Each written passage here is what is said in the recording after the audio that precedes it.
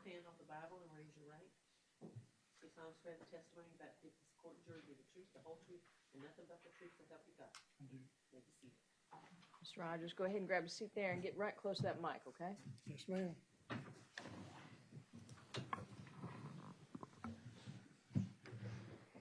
Good morning. Good morning.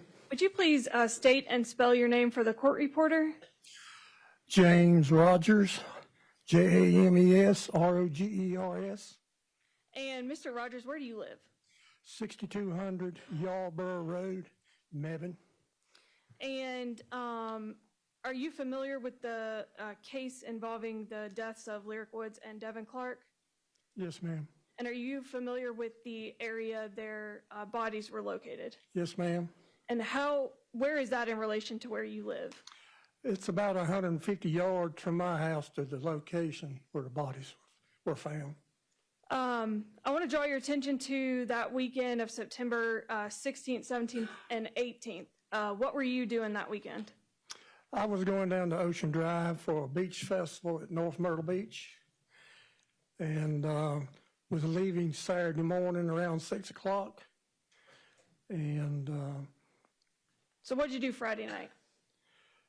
I didn't go anywhere Friday night. I got everything ready, packed to go Saturday morning. And at some point in the overnight hours, did you wake up in the middle of the night? Yes, ma'am. And can you tell the jury a little bit about what happened? Well, I went to bed at 12 o'clock, and I set my alarm clock to get up at 6 o'clock.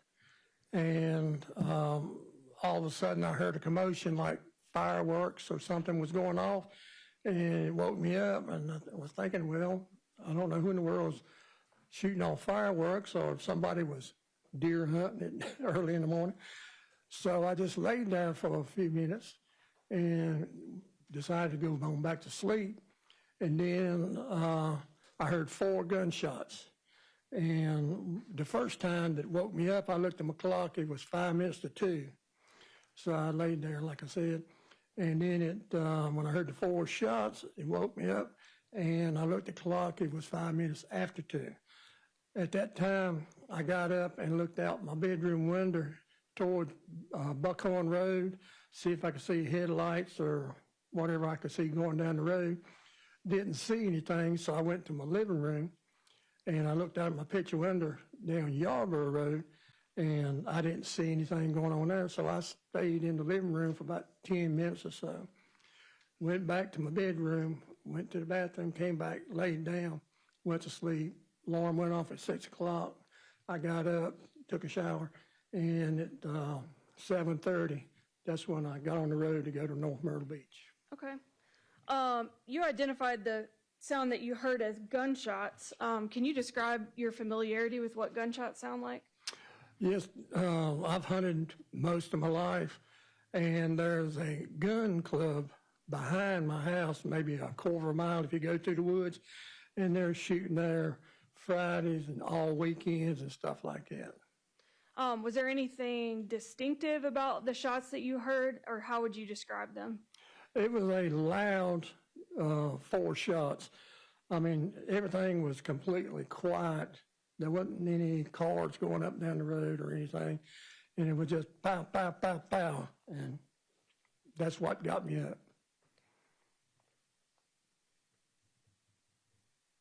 I don't have any other questions for this witness, Your Honor. Thank you. Mr. Trout? Yes, Your Honor, briefly. Good morning, Mr. Rogers. Good morning. So you mentioned that you live on Yarborough Road, not Buckhorn Road. That's right. So does your house face Buckhorn Road? Is your mailbox face Yarborough? What is the orientation of your house to Buckhorn? My house faces Yarborough Road. And then there's a tree line and a field, and then there's Buckhorn Road. Okay. And so there's a little bit of a barrier between your house and Buckhorn Road. That's right. And so if you were to look out your window toward Buckhorn Road, there would be trees and some things obstructing your view. Yes, sir. And I guess maybe on good days, maybe the trees and those barriers might even keep some of the sound from Buckhorn because that's a little bit busier of a road. Well, at that time of the year, the leaves had done started falling. And it was pretty much a clear view. Okay. Most of the limbs on the trees in that wood area are up high. Now, I guess if you were leaving your house, are there any houses between your house and Buckhorn Road? No. Okay. And there's like a fence line with maybe some animals? There's a fence line, and at that time, there were, the lady had 4 horses out there. Okay. But the horses are not in the field during the night. They put them up in barns. Okay. Okay.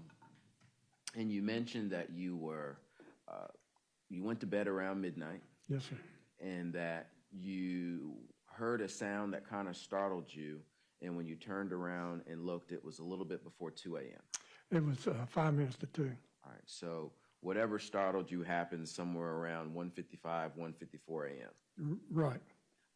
And then after you heard that, you said you got out of the bed and kind of looked out the window? No, the first time I just thought to myself, I wonder what was going on. 'Cause, behind me, there's a pond at the end of the field. There's a trailer there, and the people that used to live there have had some parties and stuff, and they would set off fireworks. Okay. But at this time, there was nobody there. Okay. So it was sort of odd that I heard it, and then that's when I didn't pay much attention to it. And then after a few minutes, that's when I heard 4 shots, and that's when I looked at the clock and got up out of bed. Okay. And so there were a couple minutes, several minutes between the first shots the first sound that you heard, and then what you heard when you were kind of awake and conscious and aware, the 4 shots, that was 5 minutes after 2. Yes, sir. And so you aren't certain that the sound that you heard before were shot. Maybe they were fireworks. Maybe it was something that woke you up. But when you heard that sound, the first inclination was to look by that pond because people go hang out by that pond. Right. You said you looked out the window, I guess in different directions at the pond and maybe towards Buckhorn, but you didn't see any movement. No, sir. From the stop sign where I could see, coming down Buckhorn Road to where the pond and that trailer is, I didn't see any commotion or no vehicles, no lights or anything. And you mentioned your house is about 150 yards from Buckhorn. Is it typical or common for you to hear talking conversations towards Buckhorn or in any other direction? No, sir. Okay, it's not close enough for that? No, sir. Okay. And you didn't notice any headlights, and I think you said you stayed up for at least 10 more minutes and didn't see any cars drive by or anything like that? No, sir. And then after you didn't see or perceive anything else, you didn't hear any more sounds, you went to bed and continued on with your trip to the beach that following morning. Right.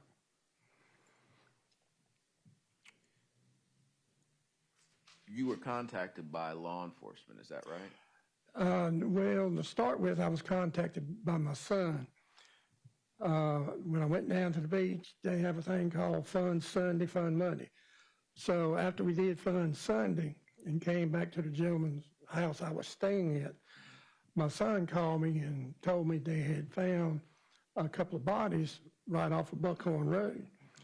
And I said, well, how do you know? He said, well, they had the road completely blocked both ways with highway patrol, sheriff department cars. So he had to go around. And then he walked down to the scene, and I believe it was Detective Barry said something, they found it. And my son told him that I had mentioned that I had heard some shots earlier that morning. So he said, well, Detective Barry would like for me to come in and make a deposition or something. So I told him, I said, well, tell him I'll be in Tuesday. And my son said, well, he would like to have a deposition before Tuesday. So I cut my trip short, and I came in that Monday morning. Oh, so at what point did you tell your son that you heard these shots?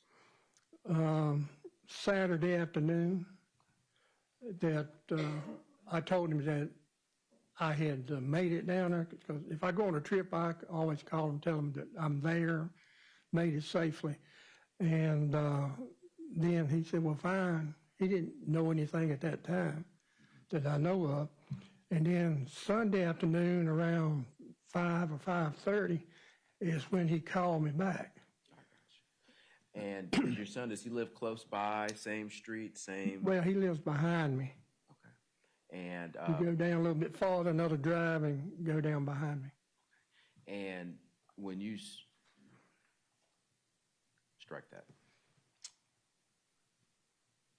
And you said those 4 shots you heard after 2 were loud, and you said you heard 4. 4. Yes, sir. Nothing further, Judge. All right. Any redirect? Just briefly, Your Honor. Yes, ma'am. In those 10 minutes that you stayed up after hearing the 4 shots, did you hear anything else? No, ma'am. That's all I have, Your Honor. Anything else? Nothing further, Judge. All right. Mr. Rogers, thank you so much for being here. Yes, ma'am.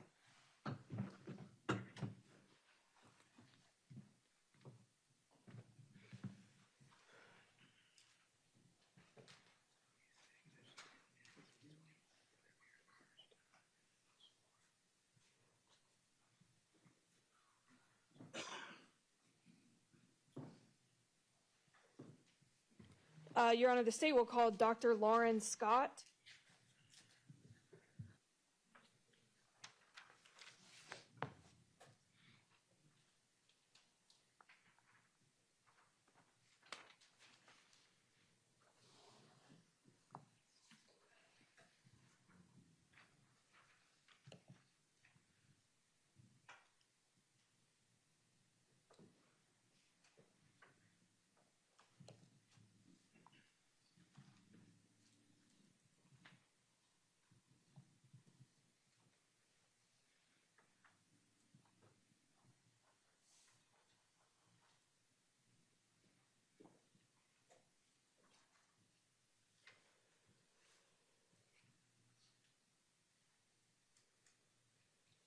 Dr. Scott, if you'll come right up here, we'll get you sworn in, okay?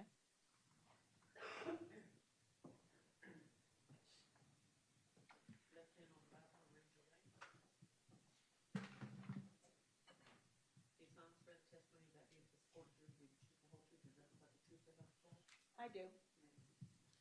Dr. Scott, when you get up there, just make sure you're close to that microphone, okay? All right. Good morning. Good morning. Would you please state and spell your name for the court reporter?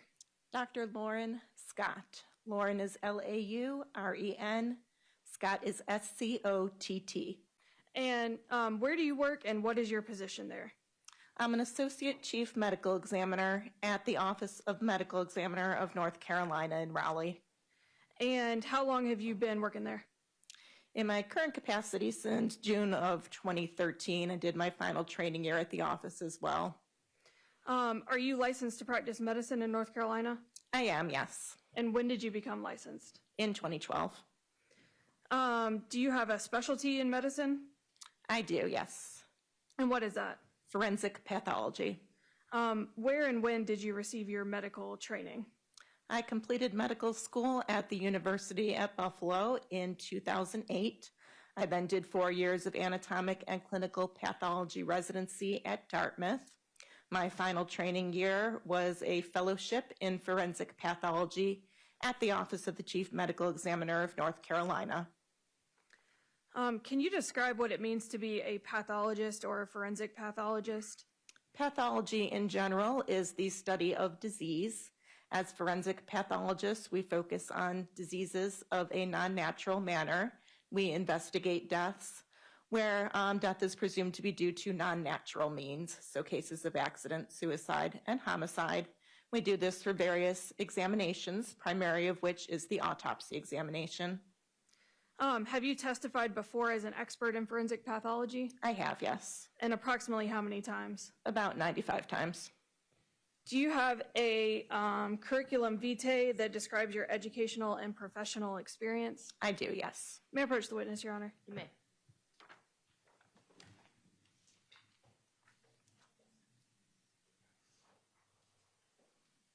Dr. Scott, I'll show you what I've marked for identification purposes as State's Exhibit 76 and ask you if you recognize this document.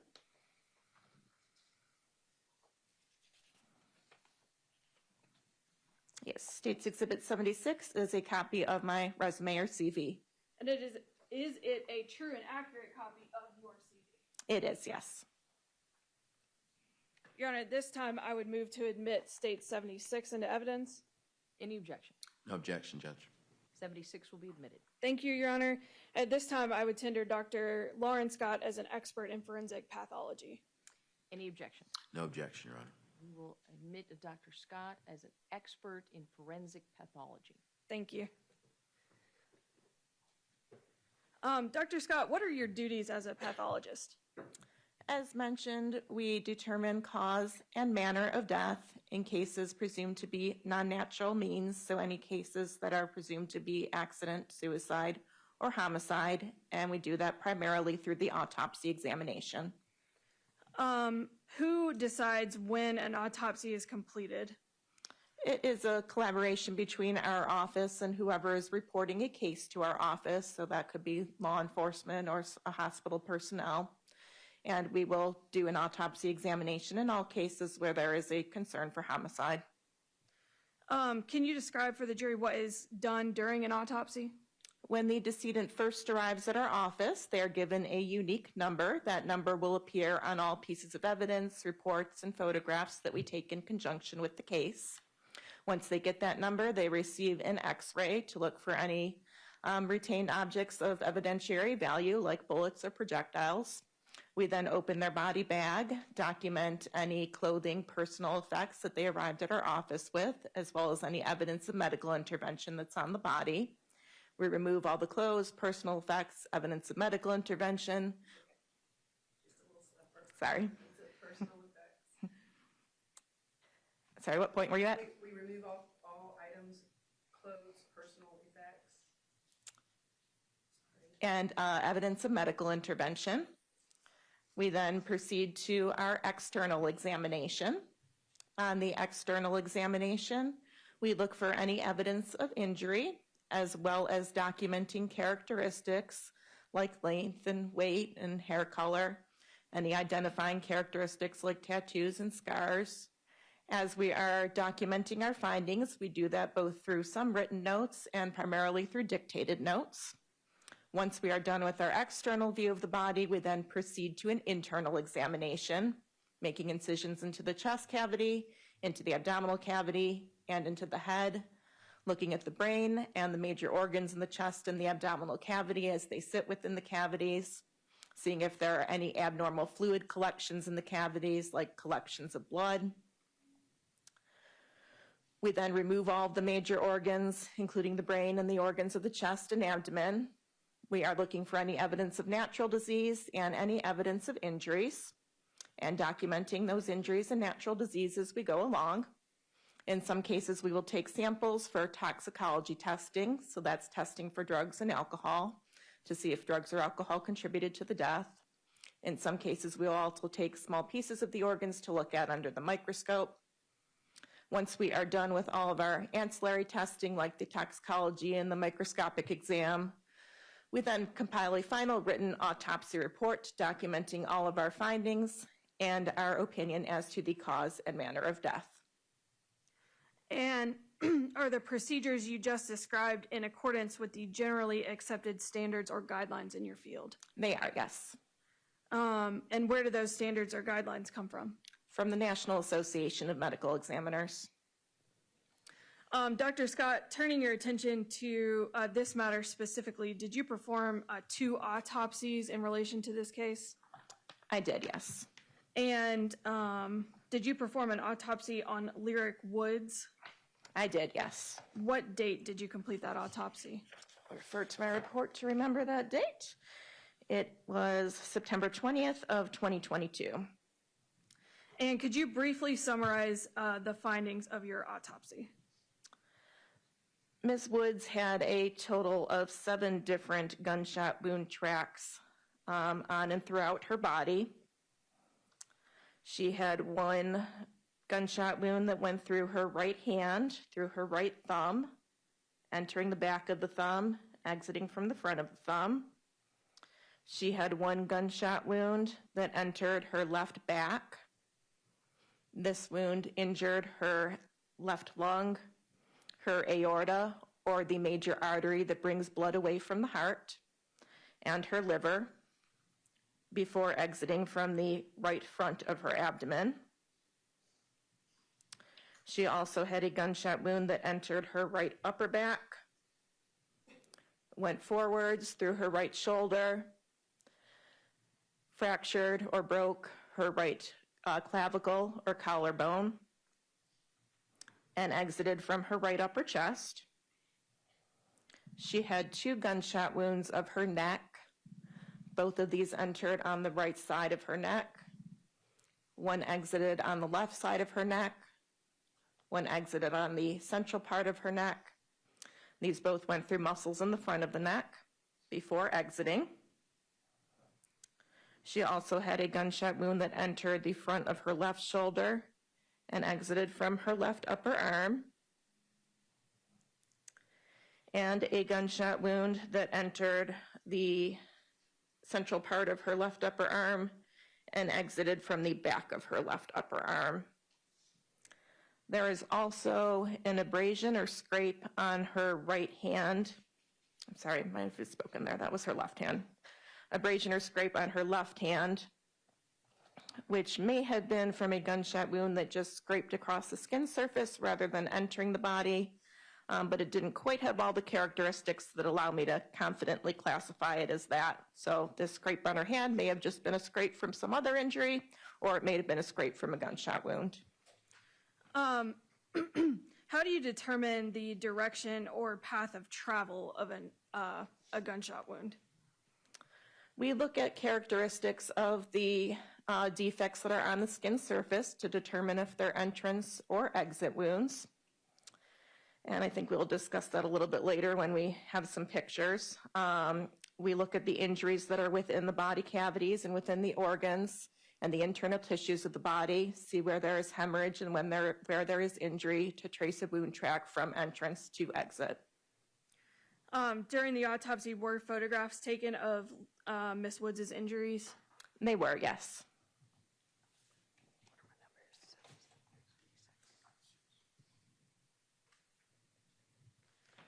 May I approach the witness, Your Honor? You may.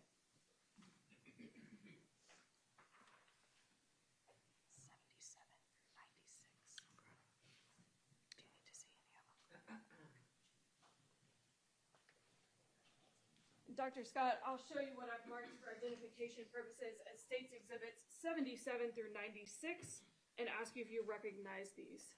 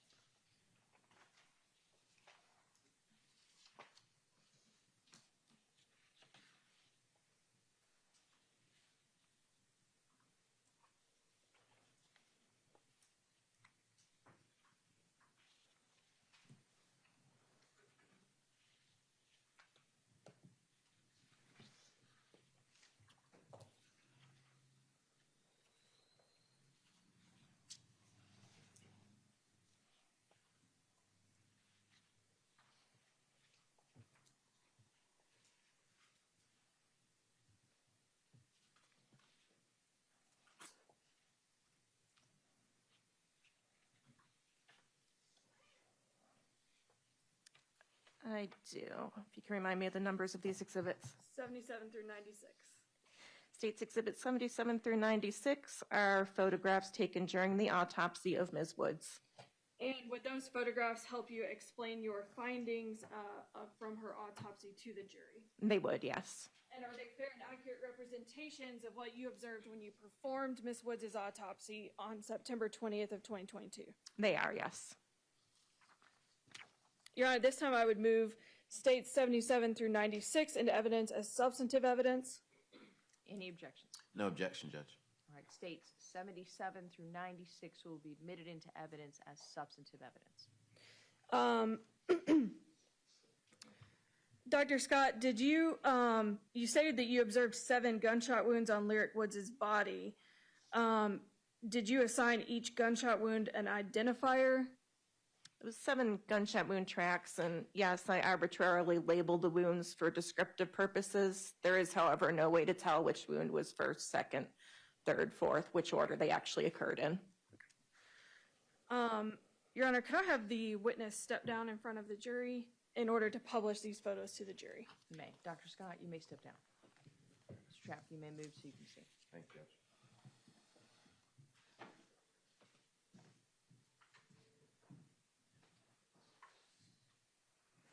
Dr. Scott, we'll start with State's Exhibit 77. Can you describe for the jury what's depicted in State's 77? State's Exhibit 77 is what we term an identification photograph. In each autopsy, we will take a close-up view of the decedent's face for identification purposes. And you'll notice that in each photograph, there is the unique autopsy identifier number. In the case of Ms. Woods, it is B22-5939. That number will appear on all photographs, evidence, reports we take and write in conjunction with the case.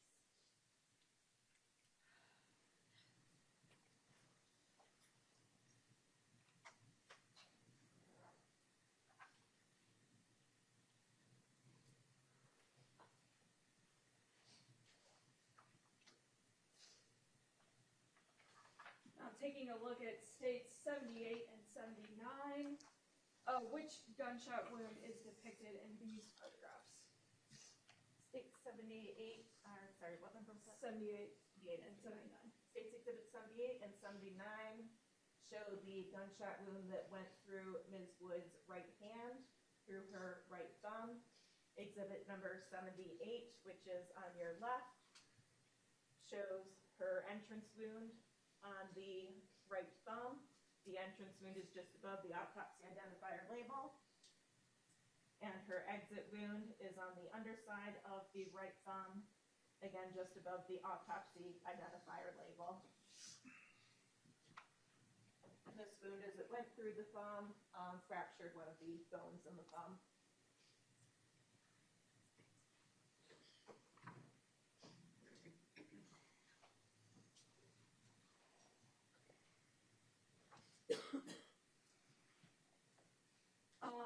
You mentioned entrance wounds and exit wounds. How are you able to determine what's an entrance wound and an exit wound?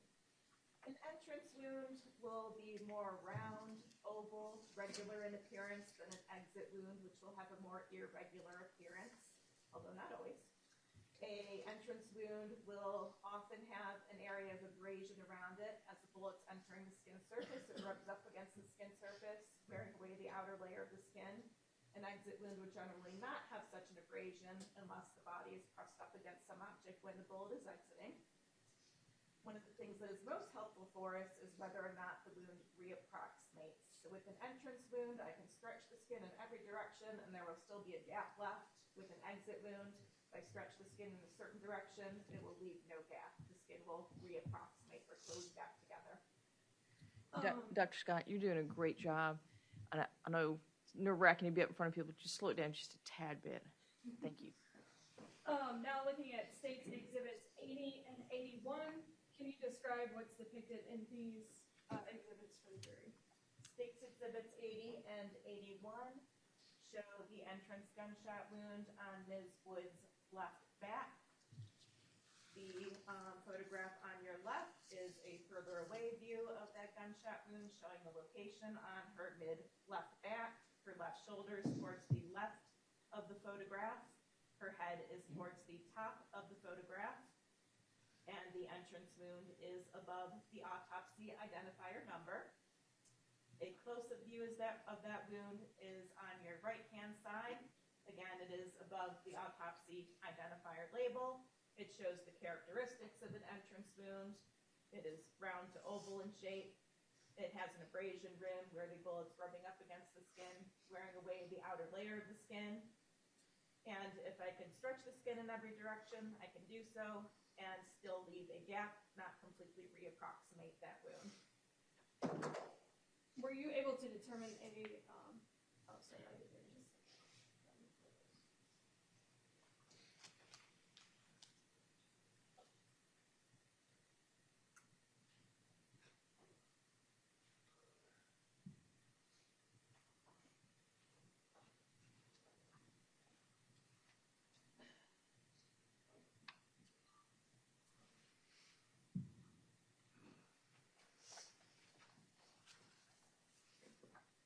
And taking a look at states 82 and 83, can you describe what's depicted in these photos? States exhibits 82 and 83 show the exit wound that corresponds with the entrance wound that we just saw. So again, the entrance wound was on Ms. Woods' left mid-back. This exit wound is on her right front abdomen. In the photograph on the left, you can see an overall view. Her right shoulder would be up towards the top left of the photograph. Her left arm is towards the right side of the photograph. And the exit wound is just above the autopsy identifier number. On the left side photograph, you can see a close-up view of that exit wound. Again, this wound track entered the left back, went through the left lung, injured the aorta, or the major vessel that brings blood away from the heart, then went through her liver and exited from the front of the right abdomen. And you can see the characteristics of an exit wound in the close-up view. It is more irregular in shape. It doesn't have that nice, regular, round, oval appearance like the entrance wound did. If I could stretch the skin, I could stretch it and close up that wound and not leave a gap, and there is no abrasion rim around it or area where the bullet's rubbing up against the skin.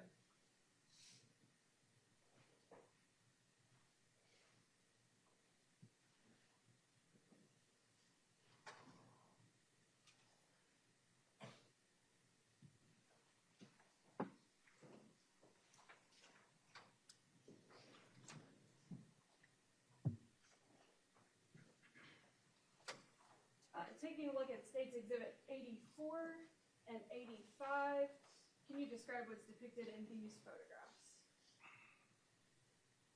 States Exhibit 84 and 85 show an entrance and exit wound that correspond with one another.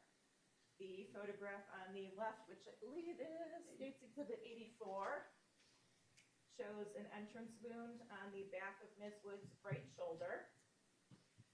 In this photograph, her right shoulder would be towards the top of the photograph. Her back would be down towards the bottom of the photograph.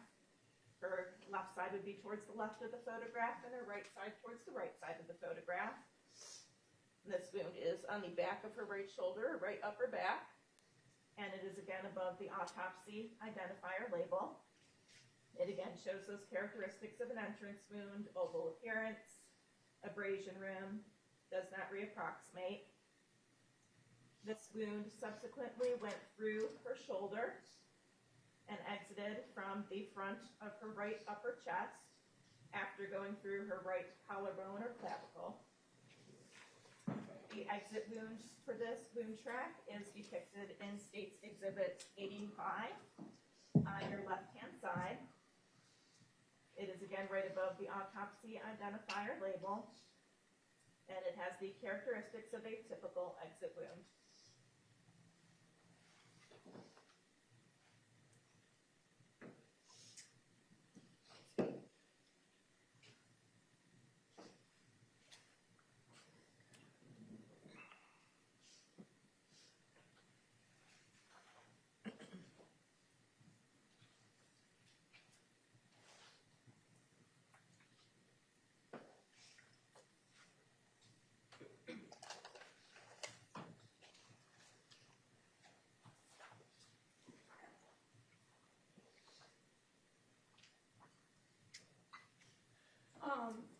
I will also reuse States Exhibit 85 as well as 86 and ask if you can describe the additional injuries we're seeing in States 85. States Exhibit 85 additionally shows entrance wounds on the right side of Ms. Woods' neck. In the exit wound, which corresponded to the entrance wound on the back of her right shoulder, is on her right upper chest and is above the autopsy identifier label. On the right side of her neck, you can see two additional entrance wounds.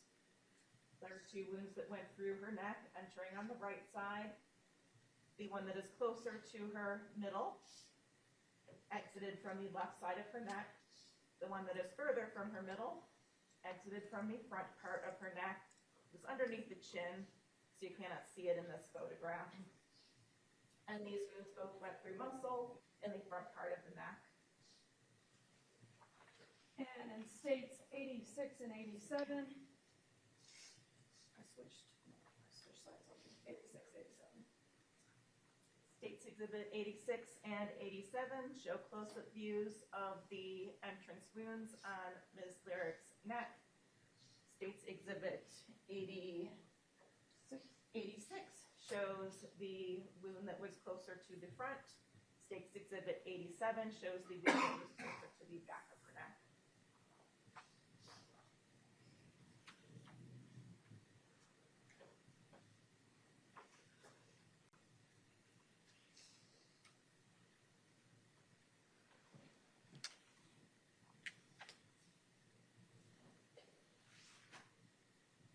And how about states 89? States Exhibit 89 shows an overall view of those two entrance wounds on Ms. Lyric's right neck.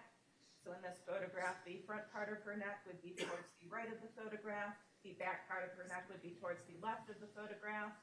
And you can see the two entrance wounds just above the autopsy identifier label. The one towards the right of the photograph is the one that is closer to the midline or her mid portion, and the one that is on the left side of the photograph is further from her midline.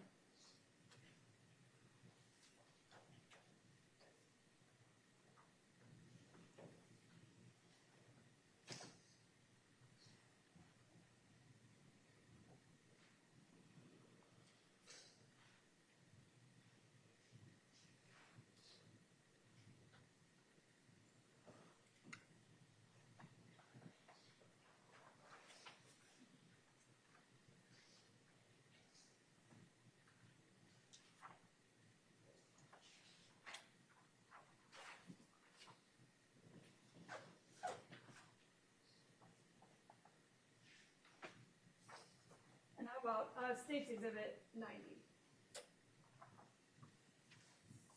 States Exhibit 90 is a view of the left side of Ms. Woods' neck. Her head would be towards the top of the photograph, her chest towards the bottom of the photograph, the front part of her neck towards the left side of the photograph, and the back part of her neck towards the right side of the photograph. So we're looking at the left side of her neck. Above the autopsy identifier label is the exit gunshot wound. This corresponds to one of the entrances that was on the right side of her neck.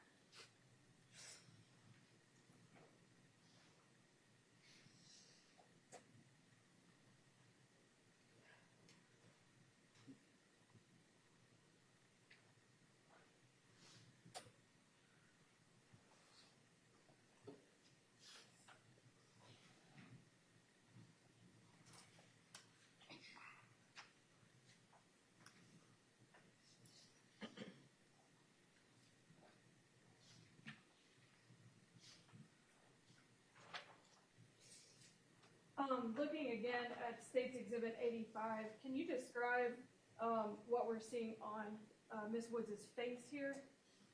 In States Exhibit 85 shows the entrance wounds on the right side of her neck. On her right cheek are small red marks. These red marks are made by burned and unburned gunpowder particles striking the skin surface and leaving tiny scrapes or abrasions. We term this stippling, and it is the burned and unburned flecks of gunpowder striking the skin surface. This indicates that the gunshot wound was close enough for those burned and unburned flecks of gunpowder to reach the skin surface. The exact determination of wound distance needs to be done through test fires in the lab, but when I'm seeing this stippling, it means the wound is, or the gun was held usually within a few feet of the victim.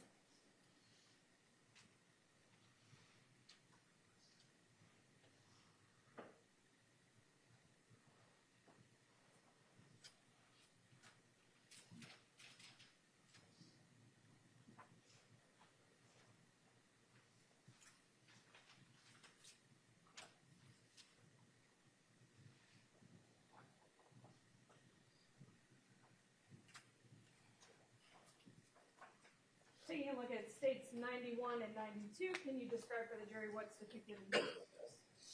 States Exhibits 91 and 92 show the entrance and exit wounds that go from the front part of the left shoulder to the back of the left arm. States Exhibit 91 shows the entrance wound on the front part of Ms. Woods' left shoulder. The side of her arm would be towards the left of the photograph. Her chest would be towards the right of the photograph. Top of the shoulder towards the top and chest towards the bottom. The entrance wound is again above the autopsy identifier label and shows the characteristics of an entrance wound. This wound went through muscle of the shoulder and left upper arm and exited from the back of the left upper arm. In States Exhibit 92, you can see this exit wound above the autopsy identifier label on the back of Miss Woods' left upper arm. And it entered her left shoulder and exited from the back of her left upper arm.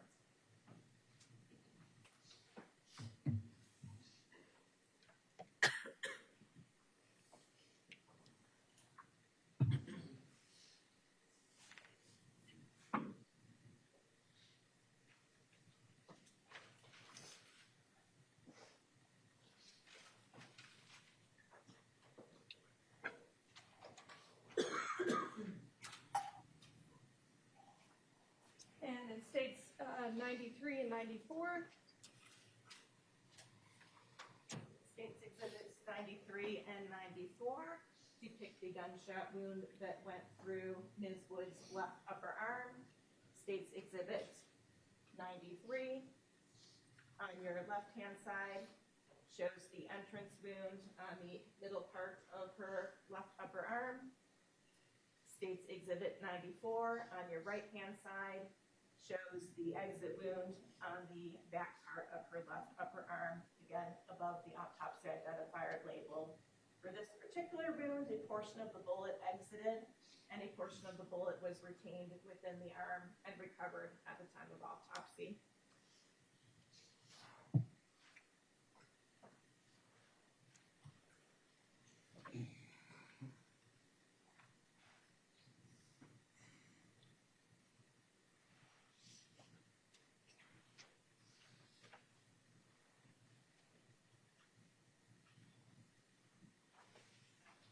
and Dr. Scott, did you photograph the portion of the projectile that was recovered from that area? I did, yes. And could you describe what's depicted in States 95? States Exhibit 95 shows that portion of the bullet or projectile that was recovered from Ms. Woods' left upper arm. Again, a portion of that bullet exited and a portion stayed within the arm.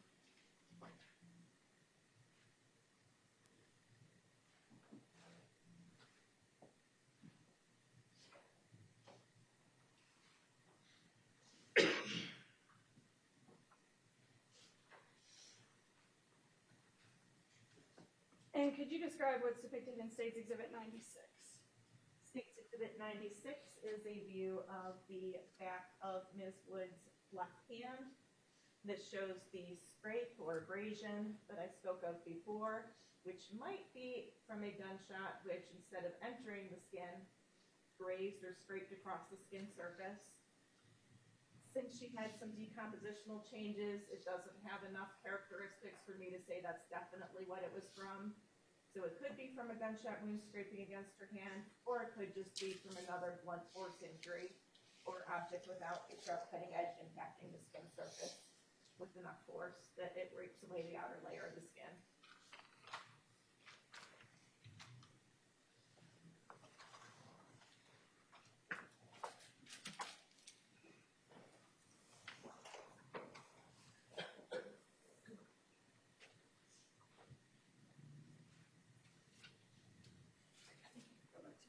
Thank you.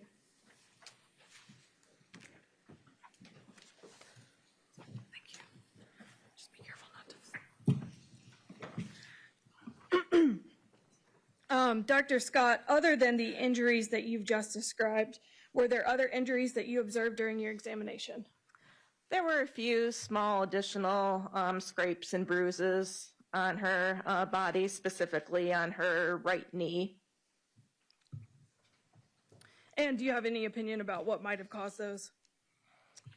Those are caused by some blunt force injury. I can't say any more other than that an object, excuse me, an object without a sharp cutting edge struck the skin surface, or the skin surface struck an object without a sharp cutting edge to create those injuries.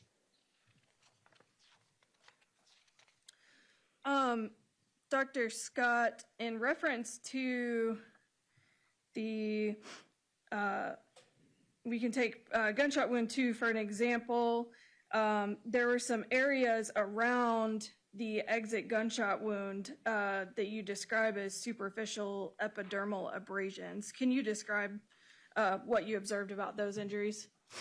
There are areas where the skin was worn away, the outer layer of the skin or the epidermis was worn away surrounding that injury.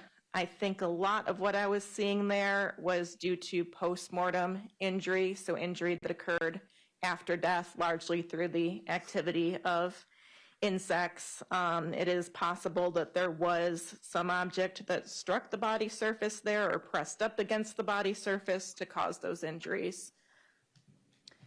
And based on the autopsy of Lyric Woods that you've just described, were you able to form an opinion as to cause of death? I was, yes. And did you prepare a written report summarizing your findings and conclusions in this case? I did, yes. Your Honor, may I approach the witness? You may.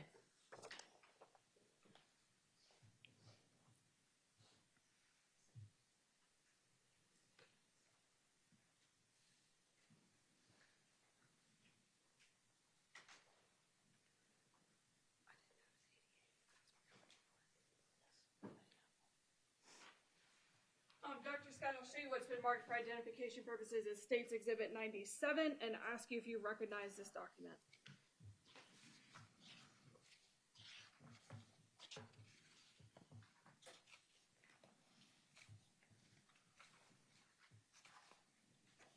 Yes, State's Exhibit 97 is a copy of the autopsy report that I prepared for Ms. Woods. And is it a true and accurate copy of your report?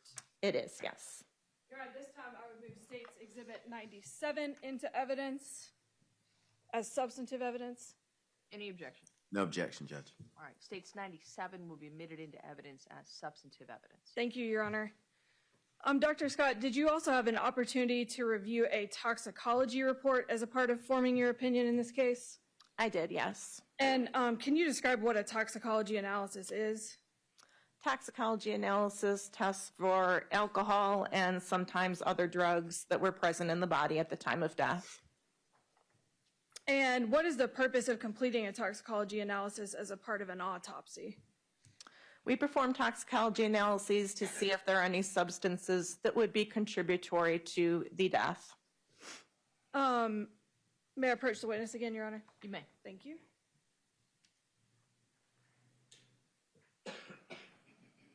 Dr. Scott, I'll show you what I've marked for identification purposes as State's Exhibit 98 and ask you if you recognize this document.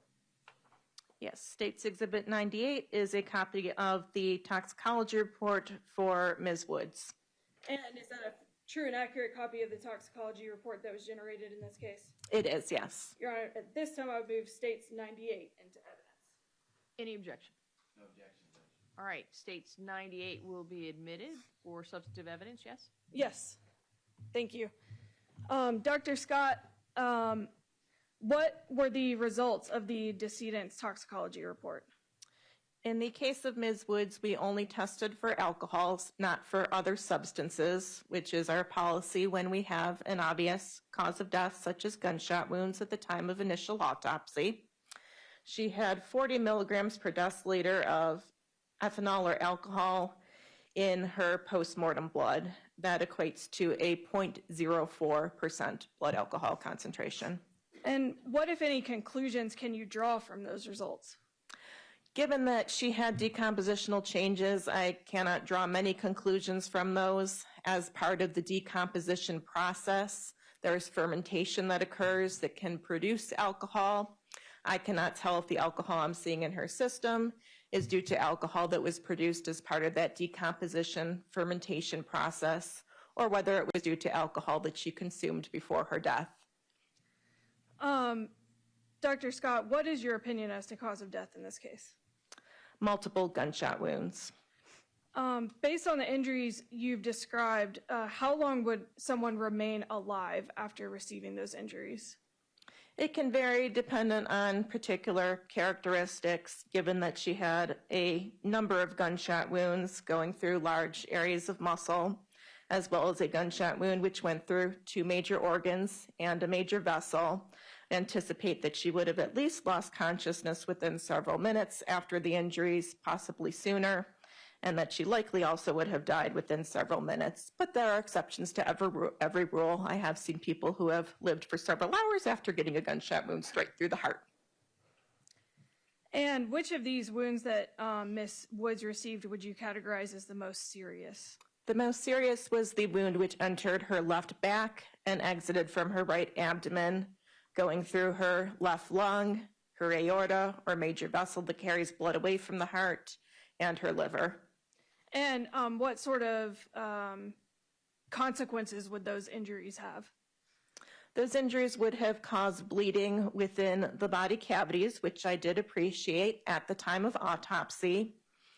In addition to the blood loss itself, when there is blood within body cavities, it presses on the organs, preventing the organs from functioning properly, preventing the lungs from expanding as they are supposed to, preventing the heart from beating as it is supposed to, because of that pressure of the fluid on the organs.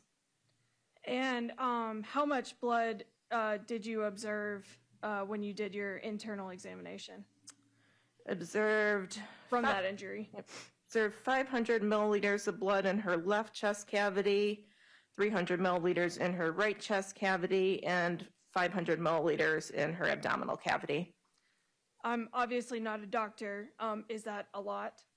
That is a significant amount of blood, and we also need to take into consideration that that does not represent the total amount of blood that she lost, since there is some blood that comes out through the wounds, is left on her clothing, the scene, etc., not within her body cavities. Thank you, Dr. Scott. Did you also perform an autopsy on Devin Clark? I did, yes. And when did you perform that autopsy? Refer to my report again. That autopsy was also performed on September 20th of 2022. And did you perform his autopsy before or after Ms. Woods's, if you remember? That was after Ms. Woods' autopsy. Could you briefly summarize the findings of Mr. Clark's autopsy? He had a total of 6 gunshot wound tracks on his body. There was a wound which entered his right upper back, went through his back into his neck, fractured 2 of the vertebrae in his neck, also injured the right internal jugular vein and right common carotid artery. These are the vessels, 2 major vessels that bring blood to and from the head, to and from the heart. The vein brings the blood from the head to the heart, and the artery brings the blood from the heart to the head. So both that vein and artery were injured in his right neck. And this wound exited from the side of his right neck. So again, entered the right upper back, went through the neck, injured 2 major vessels, a vein and an artery in the side of his neck, and exited from the right side of his neck. There was also a gunshot wound which entered his right upper back, further from his midline. This wound went through his back, through his shoulder, fractured his right first rib before exiting from his right upper chest above the right collarbone or clavicle. He additionally had a wound that entered his right buttock, went through muscle of his right thigh, and exited from the front of his right thigh. Another gunshot wound entered the outside of his left foot, fractured bones in the foot and the ankle, and lodged within the foot. So I recovered that bullet from the foot.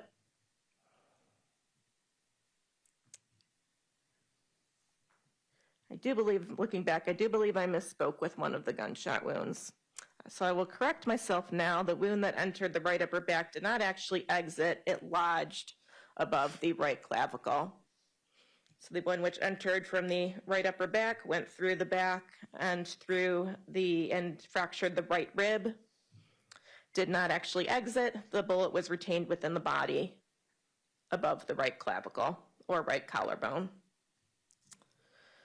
Returning to a new gunshot wound, he had a wound of the back of his head. This wound went through his right neck, through his right cheek, and exited from his right cheek. He also had a gunshot wound that entered above his right clavicle, went through tissue of the right shoulder, went through the right scapula or shoulder blade, and the projectile was recovered from muscle of his right back. So there were gunshot wounds in his right shoulder going in two opposite directions. One was entering and lodged in his back. One entered from the back and lodged in his front.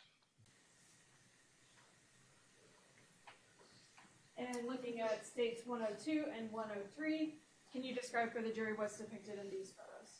States Exhibits 102 and 103 show the exit gunshot wound that corresponds to the entrance that we just saw. This exit gunshot wound is on Mr. Woods' right neck. In States Exhibit 103, which is on your right, you can see an overall view of the location of that wound.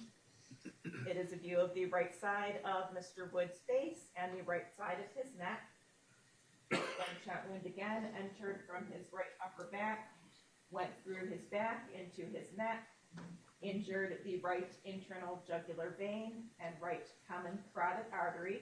Those are the two major vessels that carry blood to and from the head and the heart, and then exited from the right side of his neck.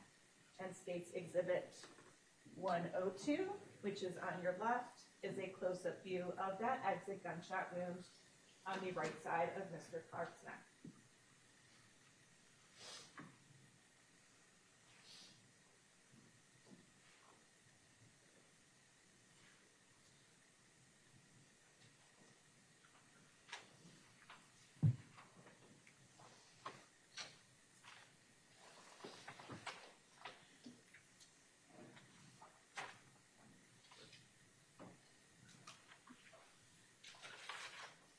And taking a look at States Exhibit 104, can you describe for the jury what's depicted in this photograph?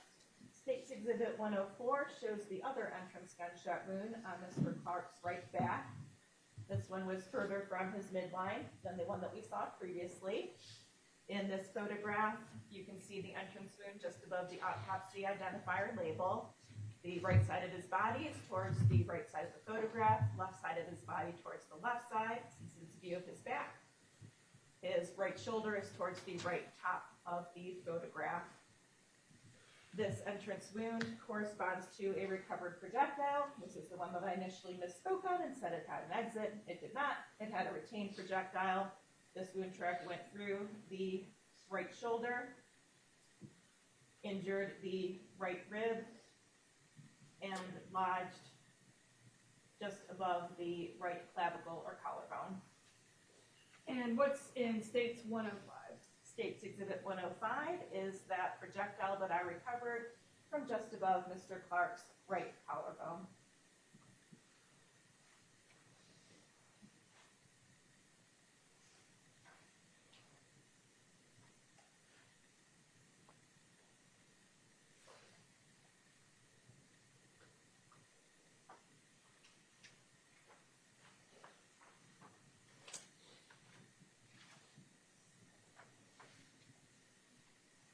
And could you describe for the jury what's depicted in States Exhibits 106 and 107? States Exhibit 106 and 107 show entrance and exit wounds from Mr. Clark's right buttock to the front of Mr. Clark's right thigh. And the left-hand photograph, which is States Exhibit 106, there is the entrance wound just above the autopsy identifier label. Mr. Clark's right buttock is being held up by the gloved hand to see the entrance wound just underneath the buttock. His right leg is extending towards the bottom of the photograph. His left buttock would be towards the left side of the photograph. His right hip towards the right side of the photograph. So it's a view of the back of his right thigh and right buttock. Again, the entrance wound is just above there. That wound subsequently went through muscle of the right thigh and exited from the front of the right thigh. That exit wound on the front of Mr. Clark's right thigh is depicted in State's Exhibit 107, which is the photograph on your right-hand side.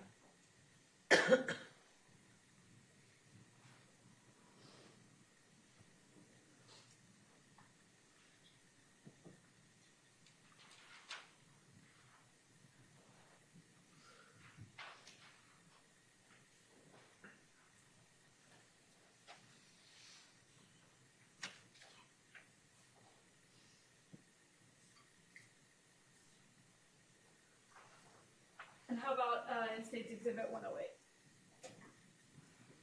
State's Exhibit 108 is a view of the outside of Mr. Wood's left foot. His left toes would be towards the bottom left of the photograph, and his left heel towards the bottom right of the photograph. The entrance gunshot wound is just above the autopsy identifier label. It looks slightly different than some of the other entrance wounds that we've seen, since it has areas where the skin is split on either side of the entrance defect. The entrance defect itself is still a nice oval, but the skin is split on either side of it. This wound track subsequently went into the foot and ankle, fractured bones in Mr. Clark's left foot and ankle, and then lodged within the foot. And did you recover a projectile from that area? Yes. And what's depicted in State's 109? State's Exhibit 109 is a photograph of the projectile that was recovered from Mr. Clark's left foot. It had separated into two different pieces, but most of those pieces were retained within the foot.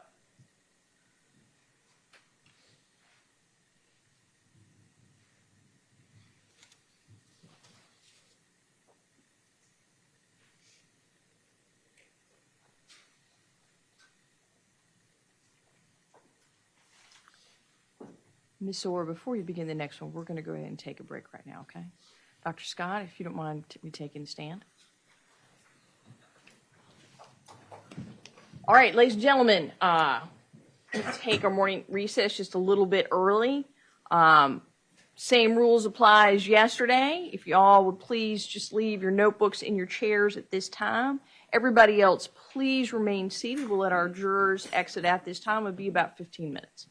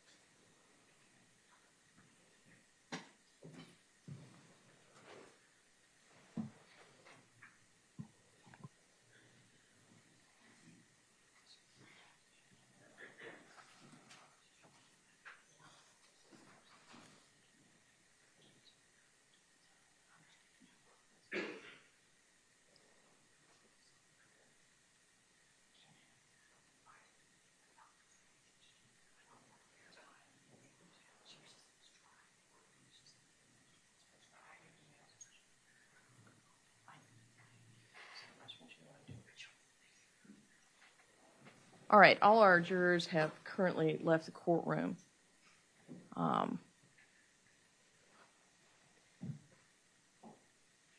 cannot imagine testimony any more difficult or emotionally damaging than autopsy testimony.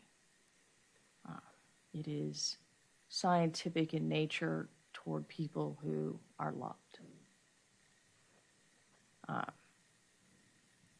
But as I had mentioned earlier, this testimony has to be heard by the jury, and I cannot have the jury distracted by what is going on in the audience. I know Mr. Carter's family is here, and the only thing I can say is that there's no reason for any family to endure this particular testimony. I have talked to the DA, and with my profound, again, sympathies for any family members having to go through that. There are some folks in the gallery who I'm just going to ask until we finish this section of testimony that they step out. Again, no family member is required to show a level of toughness that requires them to endure this particular testimony. I've talked to the DA. I understand what you're going through. But again, I have to have the jury focused on what's in front of them. So we're going to take a 15-minute recess. We'll come back and we'll resume testimony. Anything else that we need to address on behalf of the state? No, Your Honor, thank you. On behalf of the defense? No, Judge, thank you. We'll be in recess for 15 minutes. Dr. Carter, you can stay there if you'd like.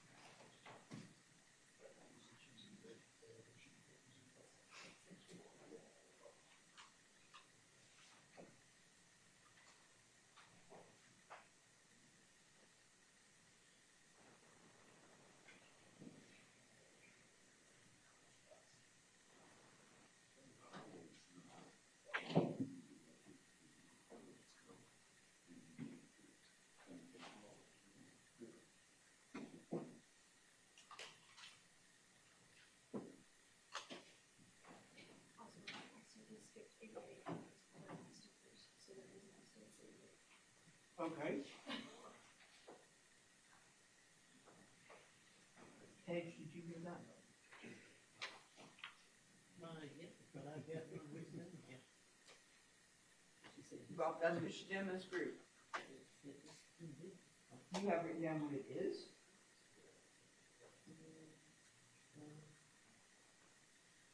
yeah, so I must be wrong. I did do them as a group. I'm gonna put it on the record that that one was left out, just so it's clear. So that was that, and we just step down.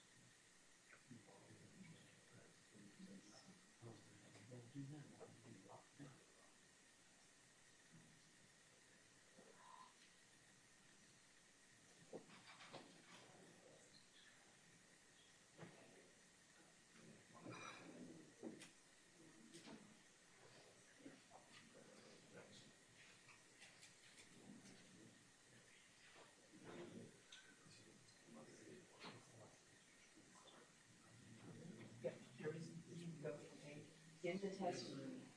87 to 89. Yeah. 87 to 89. Yep. I was looking for it, and I'm like, it's not here.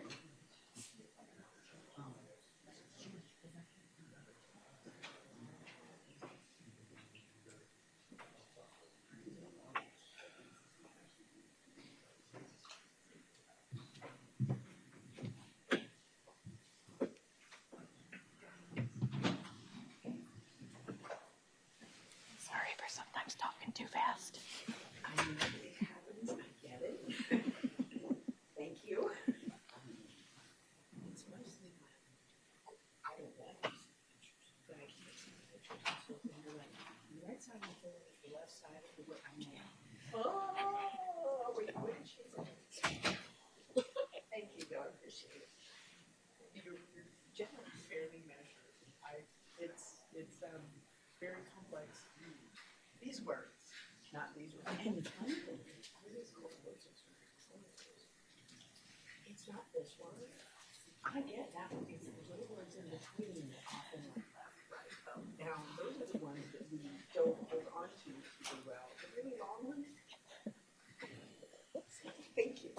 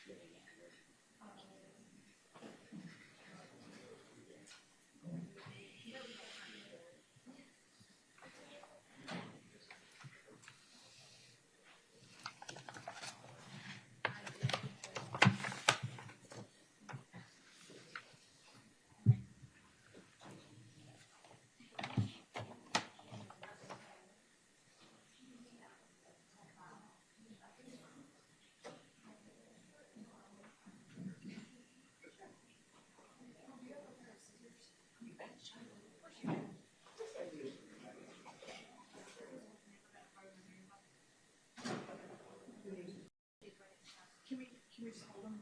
Yeah. Thank you. These are my wishes.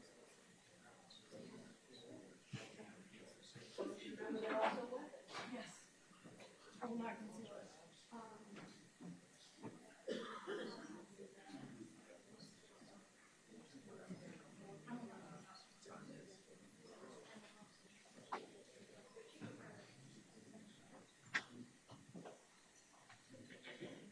And I also know when I stop and go, hey, can say that again, you're like, what? So I try not to do that.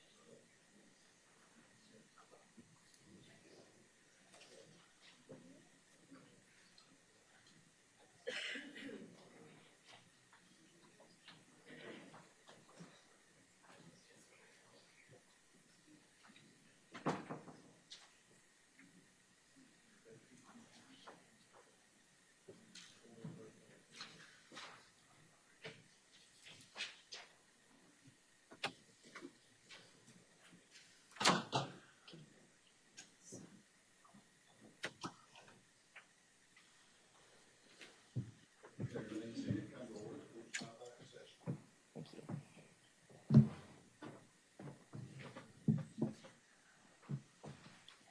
And I just wanted to apologize. I met Mr. Clark's family, and I misspoke, and I'm sorry about that. All right. Everybody who is going to remain, I appreciate you staying here. Just make sure you want to do that. If anybody would like to step out right now, it's okay. You can go ahead and do that. All right. Anything else we need to address on behalf of the state? Yes, Your Honor. In my group of exhibits 77 through 96, which were the autopsy photos for Miss Woods, I skipped number 88. Number 88 does not exist, so I wanted to make sure that was clear on the record. Thank you for catching that. Madam Clerk, if you will just note that 88 will be an unused number. Thank you. Thank you. That's all. For the defense. Nothing from the defense. Thank you, Judge. All right. Let's go ahead and bring our jurors back in, please.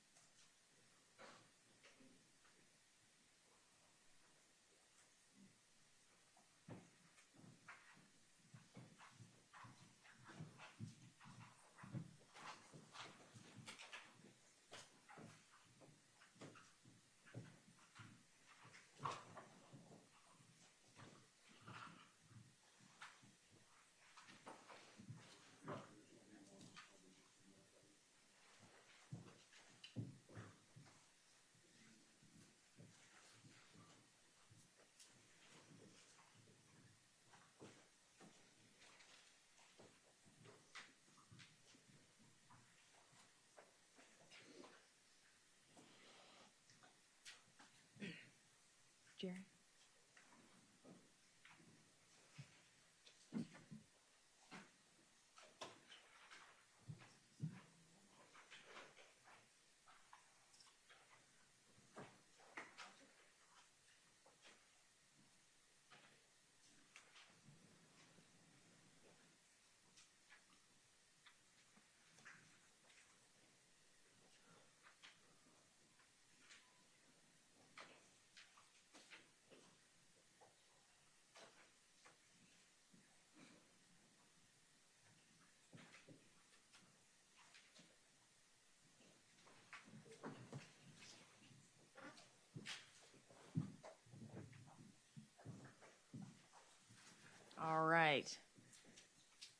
Looks like we're ready to proceed with the evidence. Dr. Scott, if you'd step down again, please. And Ms. Orr, the jury will be with you. Thank you, Your Honor.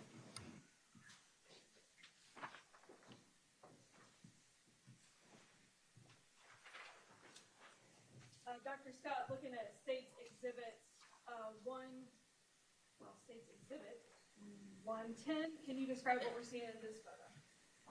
State's Exhibit 110 is a view of the entrance wound on Mr. Clark's back right head.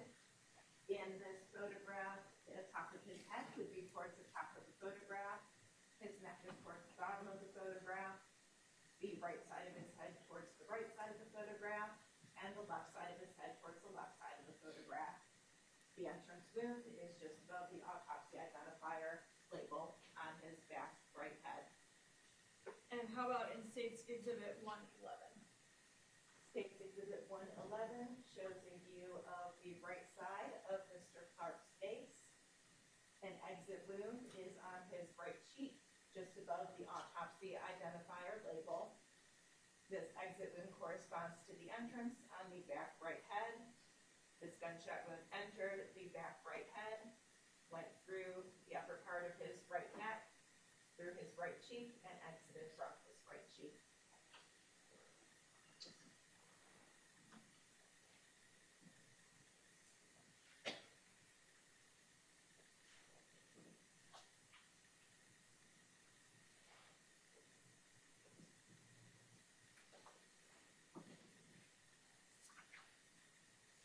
And in State's Exhibit 112?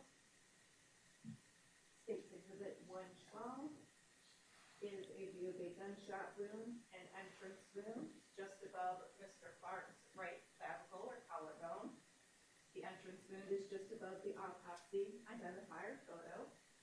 His face is obviously towards the top of the photograph, his right shoulder towards the right top of the photograph, and his central neck and chest towards the left side of the photograph. This entrance wound is again just above the autopsy identifier number above his right collarbone. This gunshot wound went into his upper chest, went towards the back, went through his right shoulder blade or scapula, and lodged in his right back. So I recovered a projectile or bullet from the muscle of his right back. And what's depicted in State's 113? State's Exhibit 113 is the bullet or projectile that I recovered from Mr. Clark's right back that corresponded to the entrance above his right collarbone or clavicle.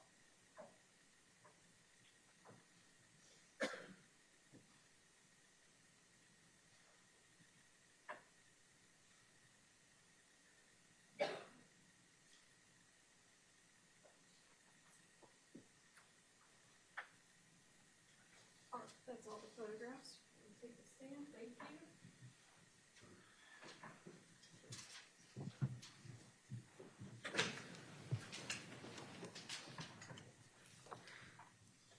you. Dr. Scott, other than the injuries you've just described using the photographs, were there any other injuries that you observed to Mr. Clark? He had a few minor injuries. There were abrasions or scrapes below his right lip and on his left abdomen. Based on the autopsy of Mr. Clark that you've just described, were you able to form an opinion as to the cause of his death? I was. A gunshot wound of the back/neck with multiple other gunshot wounds contributory to death. And did you prepare a written report summarizing your findings and conclusions in this case? I did, yes. May I approach the witness, Your Honor? You may.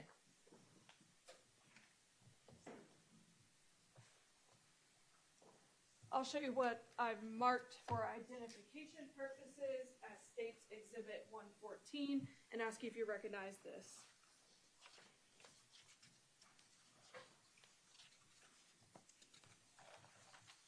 State's Exhibit 114 is a copy of the autopsy report that I prepared for Mr. Clark. And is that a complete and accurate copy of your autopsy report? It is, yes. Your Honor, this time I would move State's Exhibit 114 into evidence as substantive evidence. Any objection? No objection, Judge. States 114 will be admitted as substantive evidence. And did you also have an opportunity to review a toxicology report as a part of forming your opinion in this case? I did, yes.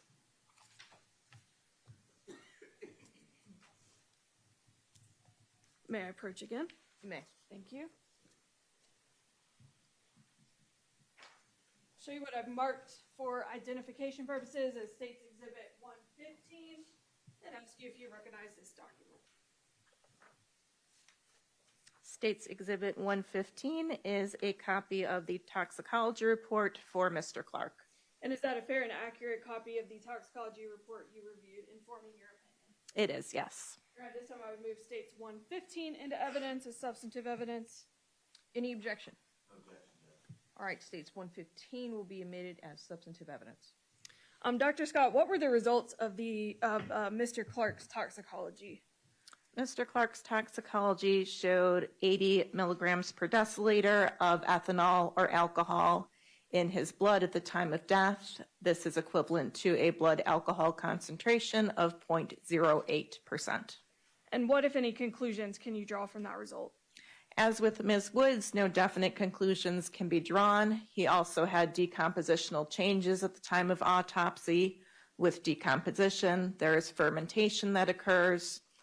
This can produce alcohol after death through decomposition, so I cannot determine if the alcohol that's present in his system was due to production after death or if it was due to consumption of alcohol prior to death. And what's your opinion as to cause of death in this case? A gunshot wound of the back/neck with multiple other gunshot wounds contributory to death. And which of these injuries you've described was the most serious? The most serious was the gunshot wound which entered his right upper back and subsequently went into his right neck, injuring the right internal jugular vein and right common carotid artery, those two major vessels carrying blood to and from heart and head. And what would be the consequences of those injuries? The consequences would be bleeding or exsanguination from those two major vessels. How long would someone remain alive after receiving that type of injury? With injuries to two major vessels, again, I would expect unconsciousness to occur within several minutes and death to usually occur within several minutes after that. However, there are exceptions to every rule, so I cannot say for sure that that occurred in this case. Did you perform sexual assault evidence collection on both decedents in this case? I did, yes. And can you describe that process? Yes, with a sexual assault kit collection, swabs are taken of the oral cavity, of the anal cavity, of the external genitalia. If it is a female, of the vaginal cavity. We also take pulled hair samples from the scalp and from the pubic region, as well as pubic hair combings. Certain times we will also take swabs of the hands and breasts. And how do you decide when to perform a sexual assault kit? A sexual assault kit is performed by our office when it is requested by law enforcement. And what do you do with the swabs that you collect from a sexual assault kit? The swabs and hair samples are placed in a box. That box is sealed with evidence tape, and it is given by me or a representative from our office to law enforcement.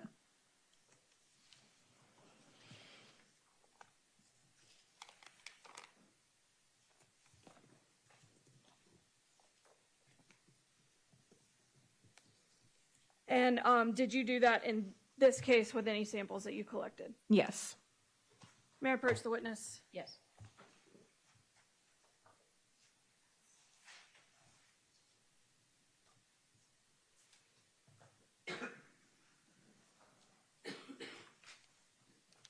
Dr. Scott, I'll show you what I've marked for identification purposes as States Exhibits 16 and 17 and ask you if you recognize these items. 116 and 117. States Exhibits 116 and 117 are the sexual assault kits that I collected for Ms. Woods and Mr. Clark. And which is which? 117 is the sexual assault kit for Ms. Woods. 116 is the sexual assault kit for Mr. Clark. And how are you able to tell that those are the sexual assault kits that you collected? I can see my signature over the evidence tape seal that I placed on the box. I also see our unique autopsy identifier labels on the box with my initials on them. Thank you very much.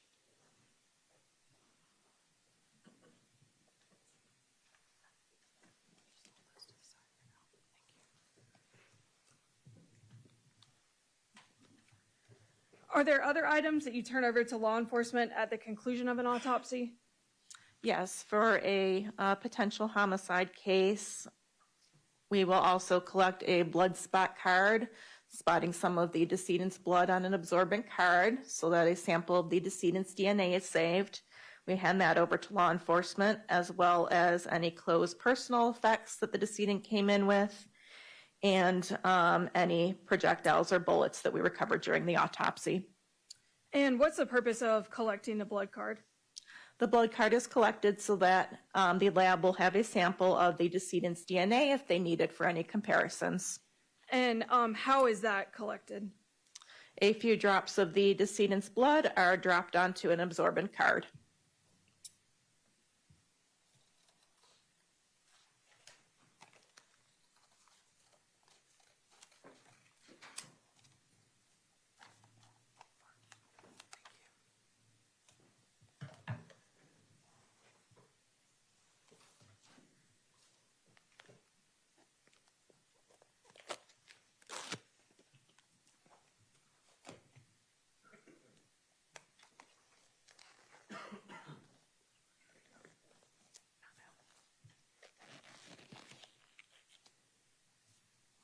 May I approach the witness, Your Honor? Yes, ma'am.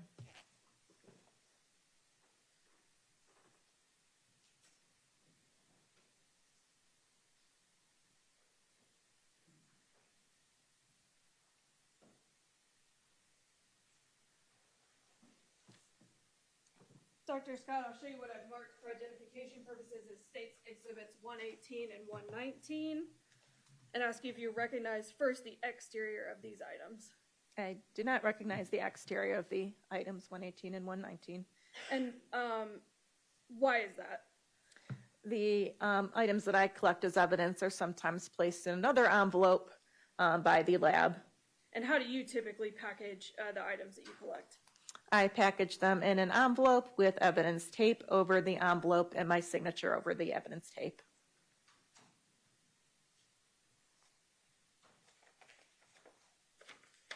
For the record, I am removing the contents of States Exhibit 118.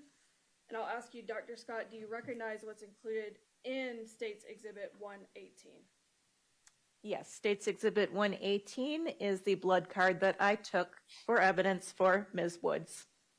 And does it appear to be in the same packaging that you placed it in at the crime lab? At the medical examiner's office? It does, yes. Thank you.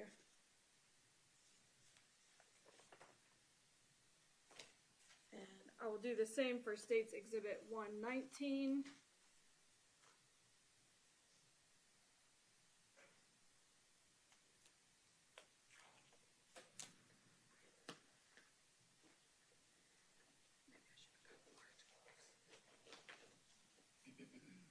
And for the record, I'll remove the contents of States Exhibit 119 and ask you if you recognize this item.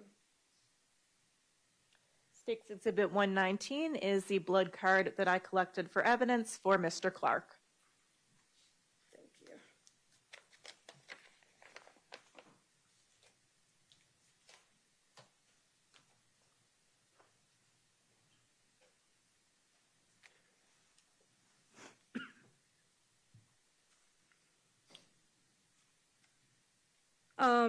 What other items do you provide to law enforcement?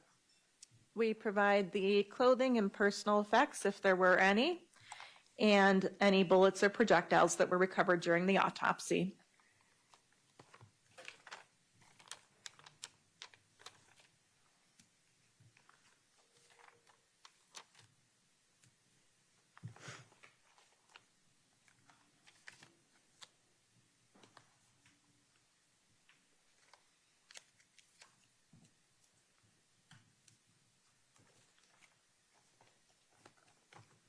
May I approach the witness? Yes, ma'am.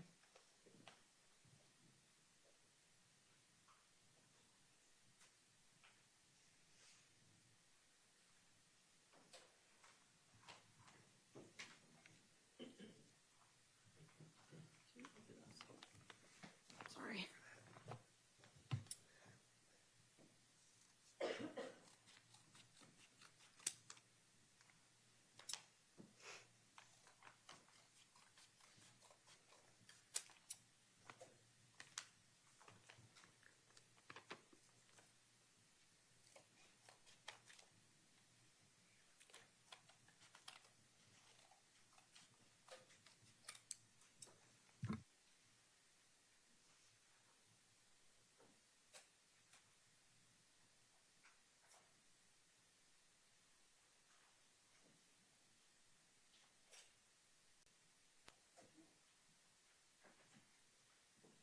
And Dr. Scott, how do you package recovered projectiles?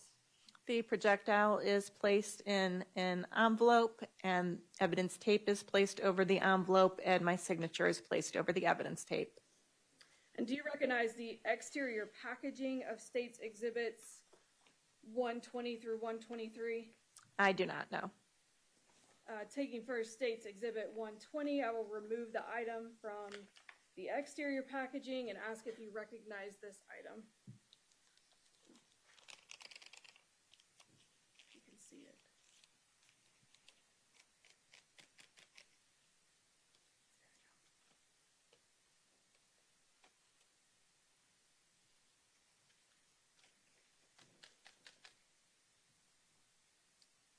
State's Exhibit 120 is the projectile that I recovered from the arm of Ms. Woods. And does it appear to be in the same or similar condition as when you recovered it? It does, yes. Thank you.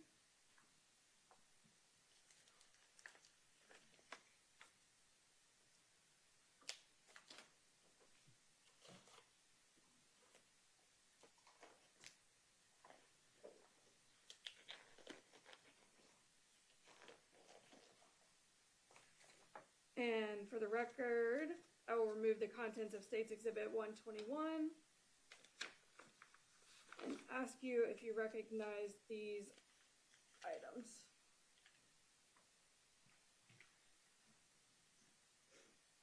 State's Exhibit 121 are the two pieces of the projectile that I recovered from the left foot of Mr. Clark.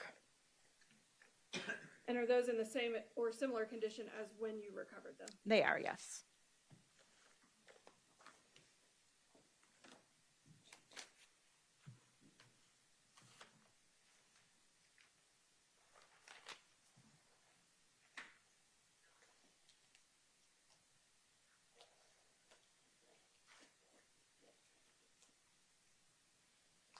And how about the contents of State's Exhibit 122, which for the record, I will remove from the exterior packaging. State's Exhibit 122 is the projectile that I recovered from the front part of Mr. Clark's right shoulder, the projectile that was just above his right clavicle or collarbone. You can't quite see that because they've covered up the... Yeah, I can't see the projectile, but I can see my label that was on it as well as my signature. Thank you.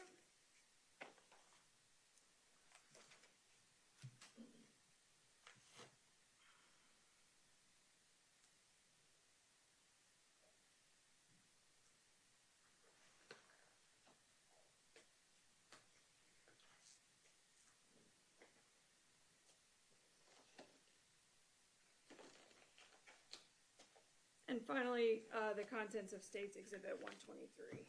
Are you able to recognize that item? State's Exhibit 123 is the projectile that I recovered from Mr. Clark's right back. And is it in the same or similar condition as when you recovered it? It is, yes. Your Honor, this time I would move States 120 through 123 into evidence. Any objection? No objection. States 120 through 123 will be admitted into evidence. And I would also move States 118 Any objection? No objection to state's exhibits 118 and 119. 118 and 119 will be admitted into evidence.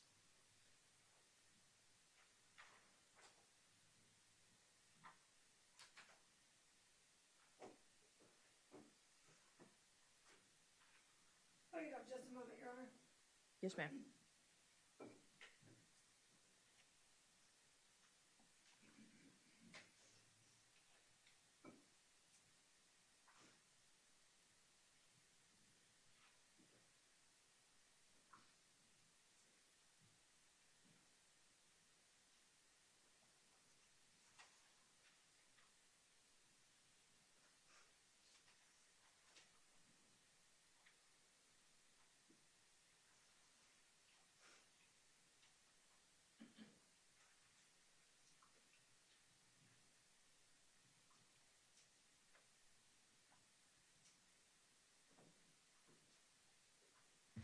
Your Honor, those are all the questions I have for Dr. Scott. Thank you.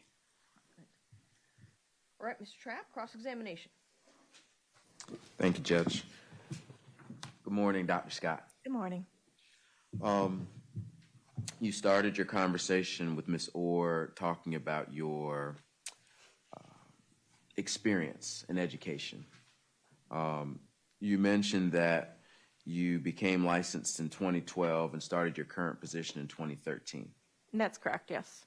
And between that time of becoming licensed in 2012 and 2013, were you training, interning, being mentored to be a medical examiner, or were you practicing as a doctor in a different way? I was in my final training year, which is a fellowship in forensic pathology at the Office of the Chief Medical Examiner of North Carolina. And so you've been a medical examiner for going on 13 years now. Is that about right? And that's correct. And I assume in those 13 years, you've probably performed at least 1,000 autopsies? Close to about 2,800 now. Okay. More than 1,000. And so you have had experience dealing with individuals with different types of injuries and different causes and manners of death. Is that right? And that's correct, yes. So you talked about, I'll first go with the toxicology and then work my way backwards. For each individual, you did a toxicology report. Is that right? I reviewed the toxicology report. The report's written by our toxicologist. And so you don't actually perform that test, but do you give them the blood or give them the material that they test for the toxicology information? Yes, I provide the samples that are tested. Okay. And you mentioned that it was blood, that it wasn't some other item that you give them. Is that right? The levels that I quoted were for blood. For Mr. Clark, I believe they also did testing on the urine sample that I gave. Okay. And you mentioned, I think for Mr. Clark, it was about 80 milliliters? Yes. And then for Ms. Woods, it was 40 milliliters. Is that right? 40 milligrams per deciliter, yeah. Okay. And you had discussed that you can't really determine what was the cause of that alcohol result. Is that right? And that's correct. It might have been from consuming alcohol prior to death. It might have been from production of alcohol through the decomposition process. Typically, when you do autopsies and this information gets sent for toxicology, do you test for any other drugs? It is our office policy in cases where there is an obvious cause of death, such as gunshot wounds, at the time of autopsy, that we only test for alcohols unless additional testing is requested by somebody outside the office. And in this case, there wasn't additional testing requested? There was not, no.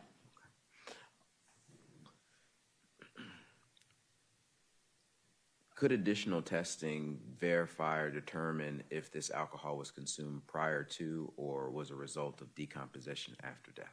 It could not, no. Now, when looking at each of these individuals, Ms. Woods and Mr. Clark separate, you talked about entrance wounds and exit wounds. That's correct, yes. And I think the word you used was a wound tract, not just a wound. Is that right? And that's correct. A wound tract would correspond to the entrance and the exit and the path through the body. And I in your report, and believe here on the stand, you talked about how you can't really determine which injury occurred first or which wound tract was 1 or which wound tract was 2.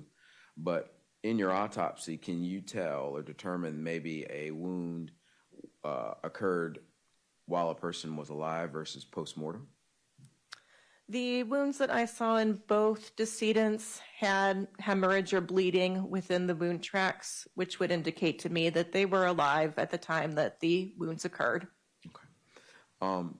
And then you talked about entrance wounds are more oval and maybe uniform, and even the idea of stretching and coming back together. Is that right?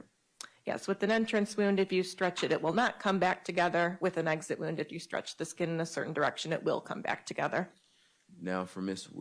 Woods, you mentioned that there were 7 tracts versus Mr. Clark, you said there were 6. That's correct, yes. In looking at these tracks, can you determine whether or not one bullet created an entrance versus a bullet maybe having 2 entrance wounds? It is possible for a bullet to have 2 entrance wounds, especially when there are wounds that go through an extremity, like a hand or an arm. It's possible for a wound to go through a hand and then re-enter elsewhere on the body.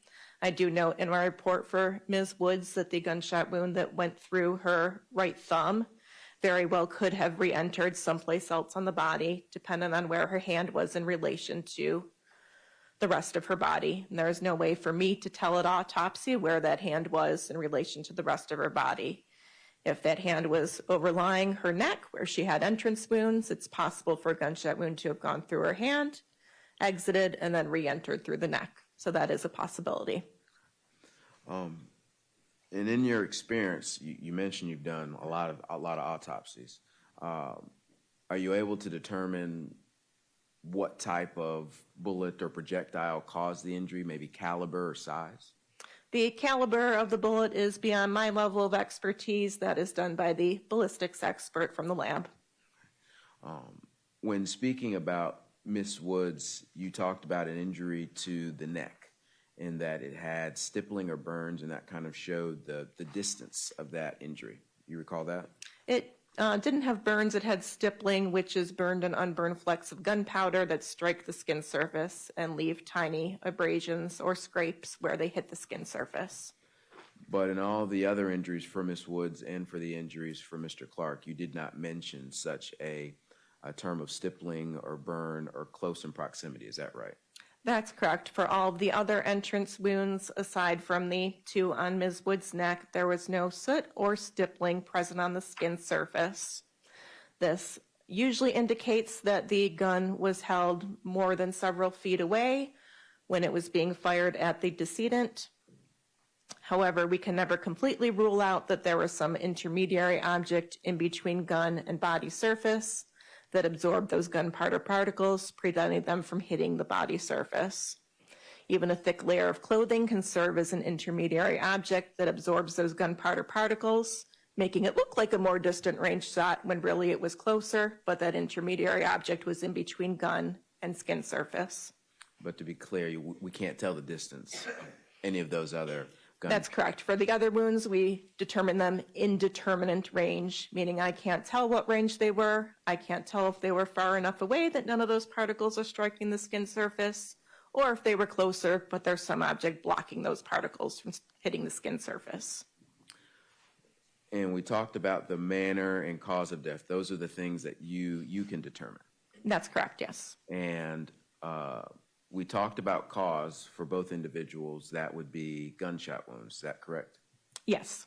And then manner, that's like the term homicide. Is that right? Yes. For manner of death, we have 5 choices: homicide, accident, suicide, natural, or undetermined.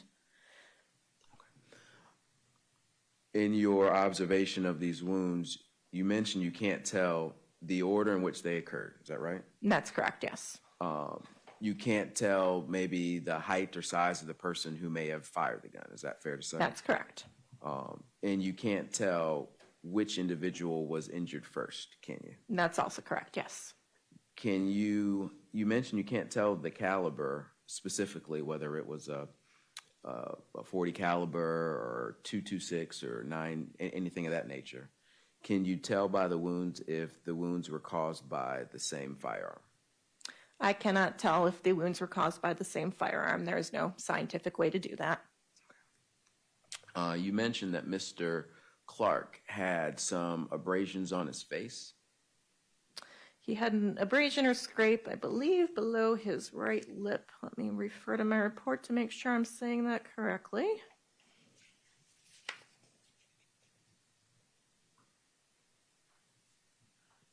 Yes, below the right lip, he had a scrape or abrasion. And that abrasion would show that that injury occurred prior to passing away. Is that right? That's correct, yes. And could an abrasion like that have come from an altercation, like a fight? That's one possibility. All that I can say is that injury was caused by a blunt object, so an object without a sharp cutting edge striking the skin surface, or the skin surface striking an object without a sharp cutting edge.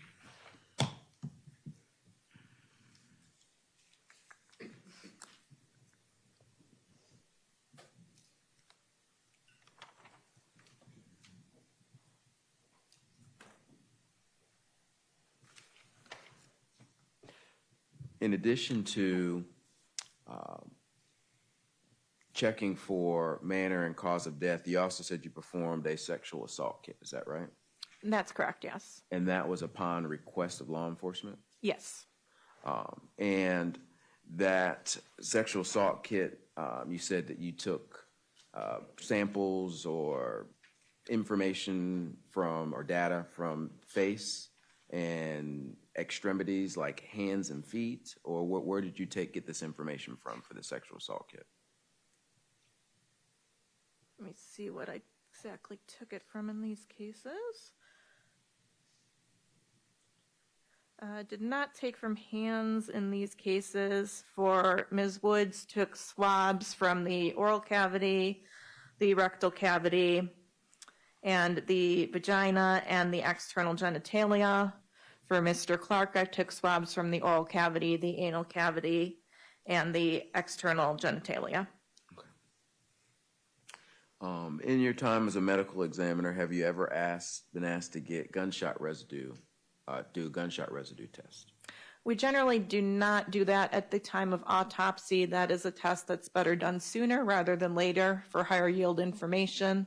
So we will usually request that law enforcement does that at the scene rather than holding it until we get the body. Okay. And then you said you took a blood card for each individual. That's correct, yes. And then once that blood card is taken, I think you said blood is put on an absorbent cloth. An absorbent card, yes. And then that is packaged so that it can go to the lab, or does it go back to law enforcement? I hand it to law enforcement, and usually it eventually makes its way to the lab via law enforcement. One moment, Judge. Yes, sir.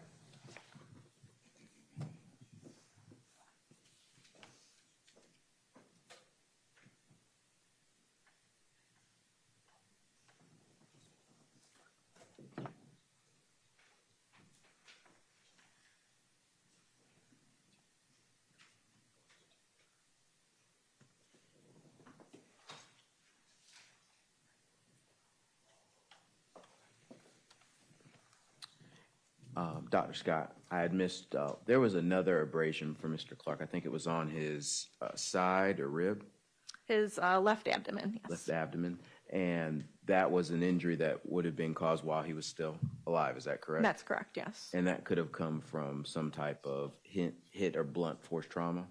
Yes, again, it's a blunt force injury. I cannot say any more than it was caused by an object without a sharp cutting edge hitting the skin surface, or the skin surface falling on and hitting such an object without a sharp cutting edge. Okay. Thank you, Judge. No further questions. Any redirect?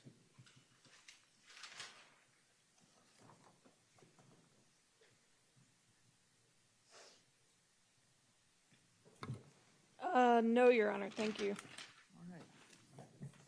Doctor, thank you so much for being with us. Any objection to releasing the doctor from her subpoena obligations? No, Your Honor. No objection from the defense. All right, doctor, thank you so much.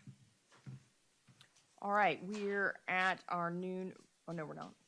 Can't tell time. All right, state's next witness, my apologies. Your Honor, my next witness is walking over from the sheriff's office as we speak. And who will that be? That will be Investigator Walter Vila.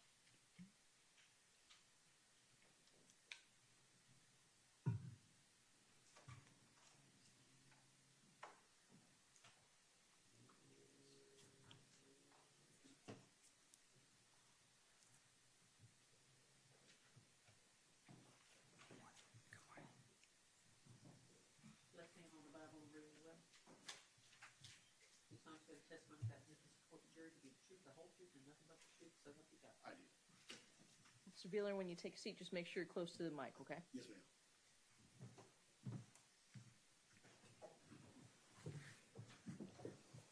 Good morning. Good morning. Would you please state and spell your name for the court reporter?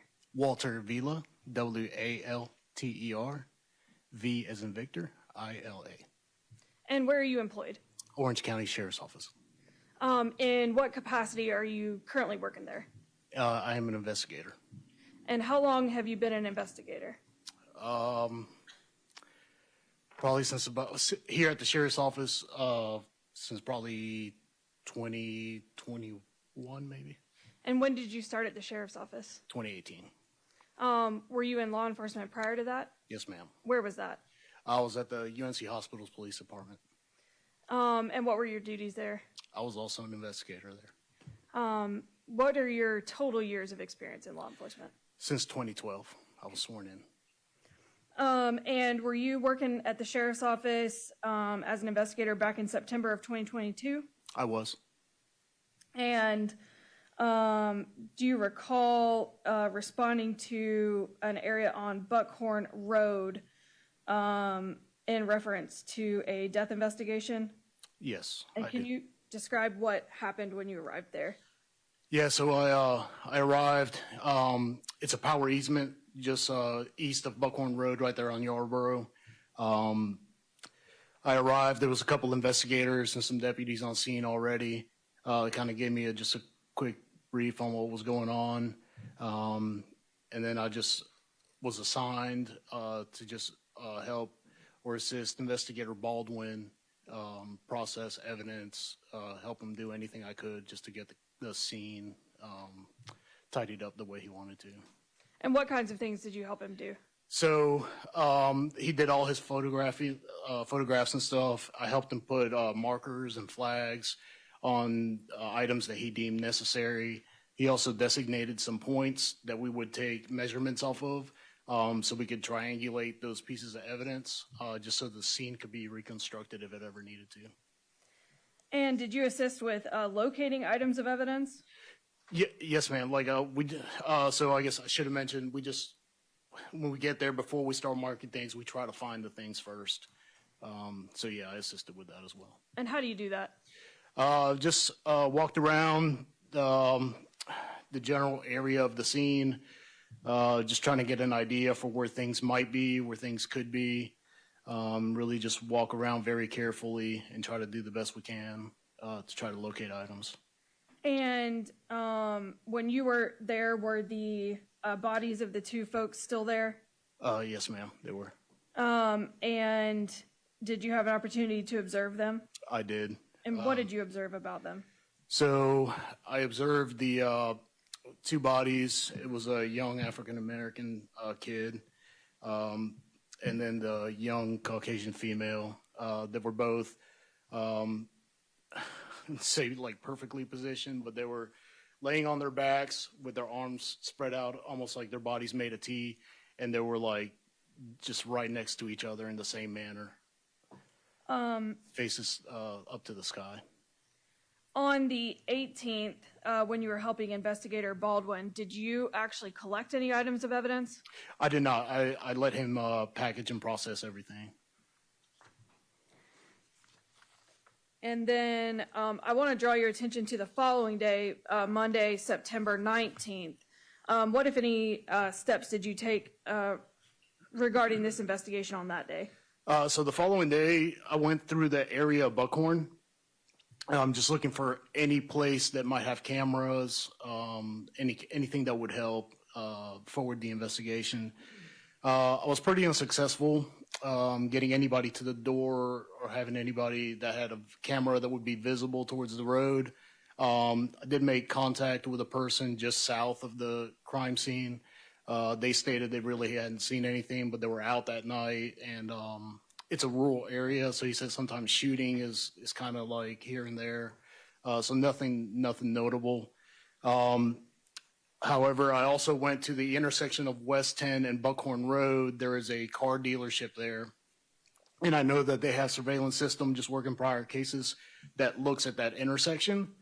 So we took one of our IT technicians and we went there and just grabbed a chunk of time from the DVR just so that we could bring it to the office and evaluate it. Okay. Did you also respond to an address in Mebane on Holt Street? I did. Whose residence was that? So it was, if I'm not mistaken, it was 705 West Holt Street. To my understanding, it was the residence where Clark was reported missing, across the street from the residence where he had been reported missing. So I just wanted to see if maybe there was some surveillance camera on that residence across the street or nearby that could help us, maybe with a vehicle or something like that. There was a Ring camera on that house. However, the owners had purposely set the perimeter so that it didn't pick up any vehicular traffic on the road because it would just be constantly going off. So unfortunately, wasn't able to get anything from there. And on the 19th, did you also return to the area where the bodies were found? I did. And why were you returning there? So I returned with now Lieutenant Hendricks to the scene. I think there was some item that might have been located by family. So we returned just to make sure, follow up. And I remember I was standing on the gravel there, and I guess the sunlight just must have hit the object perfectly. I caught a glint of something metal. I looked down, and it was what I recognized to be a spent shell casing. And how were you able to recognize that as a spent shell casing? I have a lot of experience with firearms. We obviously had collected some the day before, so it looked to me like a shell casing. I looked at it a little bit closer. It looked like what I recognize as a 9mm shell casing. And so I went back to my vehicle, put on some gloves, got a evidence bag, and put the item into evidence, sealed it up, and gave it directly to Investigator Baldwin once I got back to the office. What kind of envelope did you place it in? I don't know. I don't recall exactly what kind of envelope it was. It was an evidence. So at the time, I was specifically assigned to narcotics investigations. So I can't remember what my best of my recollection is that it was a clear bag, something that we use very regularly. When we come across narcotics, we'll put it in those bags. We'll write date, time. We'll bring it back to the office. We'll process it. We'll test it. We'll weigh it. And then we'll put it in the appropriate evidence bag at that point, so we don't waste evidence bags. And I think that's all I had available on me at the time. So I kind of did the same thing, dated it, put a time, and then sealed it up and brought it straight to Investigator Baldwin. That's the best of my recollection. And based on your knowledge of Investigator Baldwin's processes, do you think he would have repackaged that in a different way? Yes, absolutely.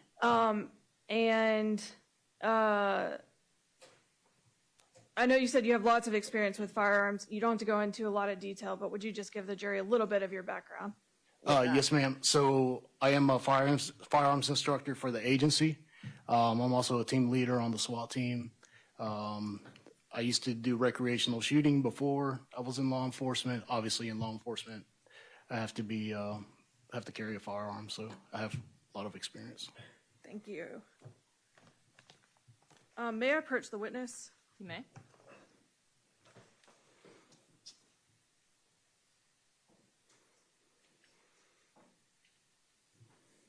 Investigator Vila, I will show you what's previously been marked for identification as State's Exhibit 75 and ask you if you recognize this item.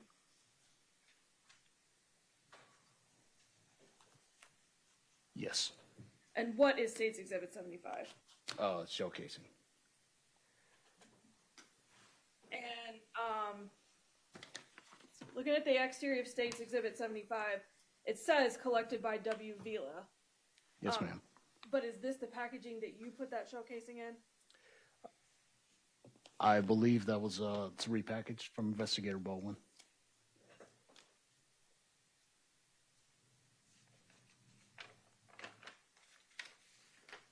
And for the record, I'm removing the contents of State's Exhibit 75. I am wearing a glove. And Investigator Vila, do you recognize the item contained in State's Exhibit 75? Yes, ma'am.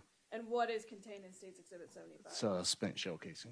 And does this appear to be the same or similar to the show casing you collected on September 19th? Yes, ma'am. The same. Yes, ma'am. Thank you. The same. All right, this time I would move State's Exhibit 75 into evidence. Any objection?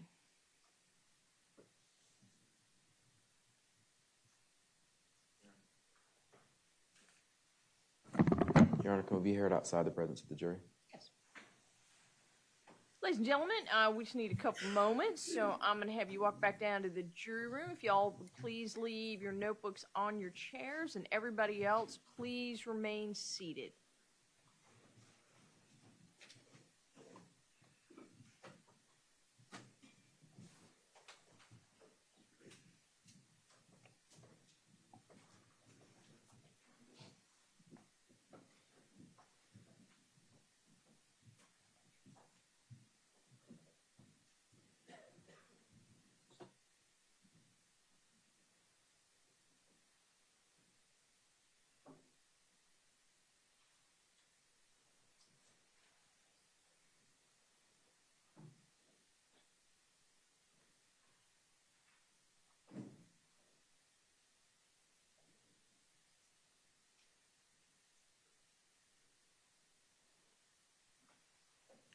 All right, all of our jurors have left the courtroom.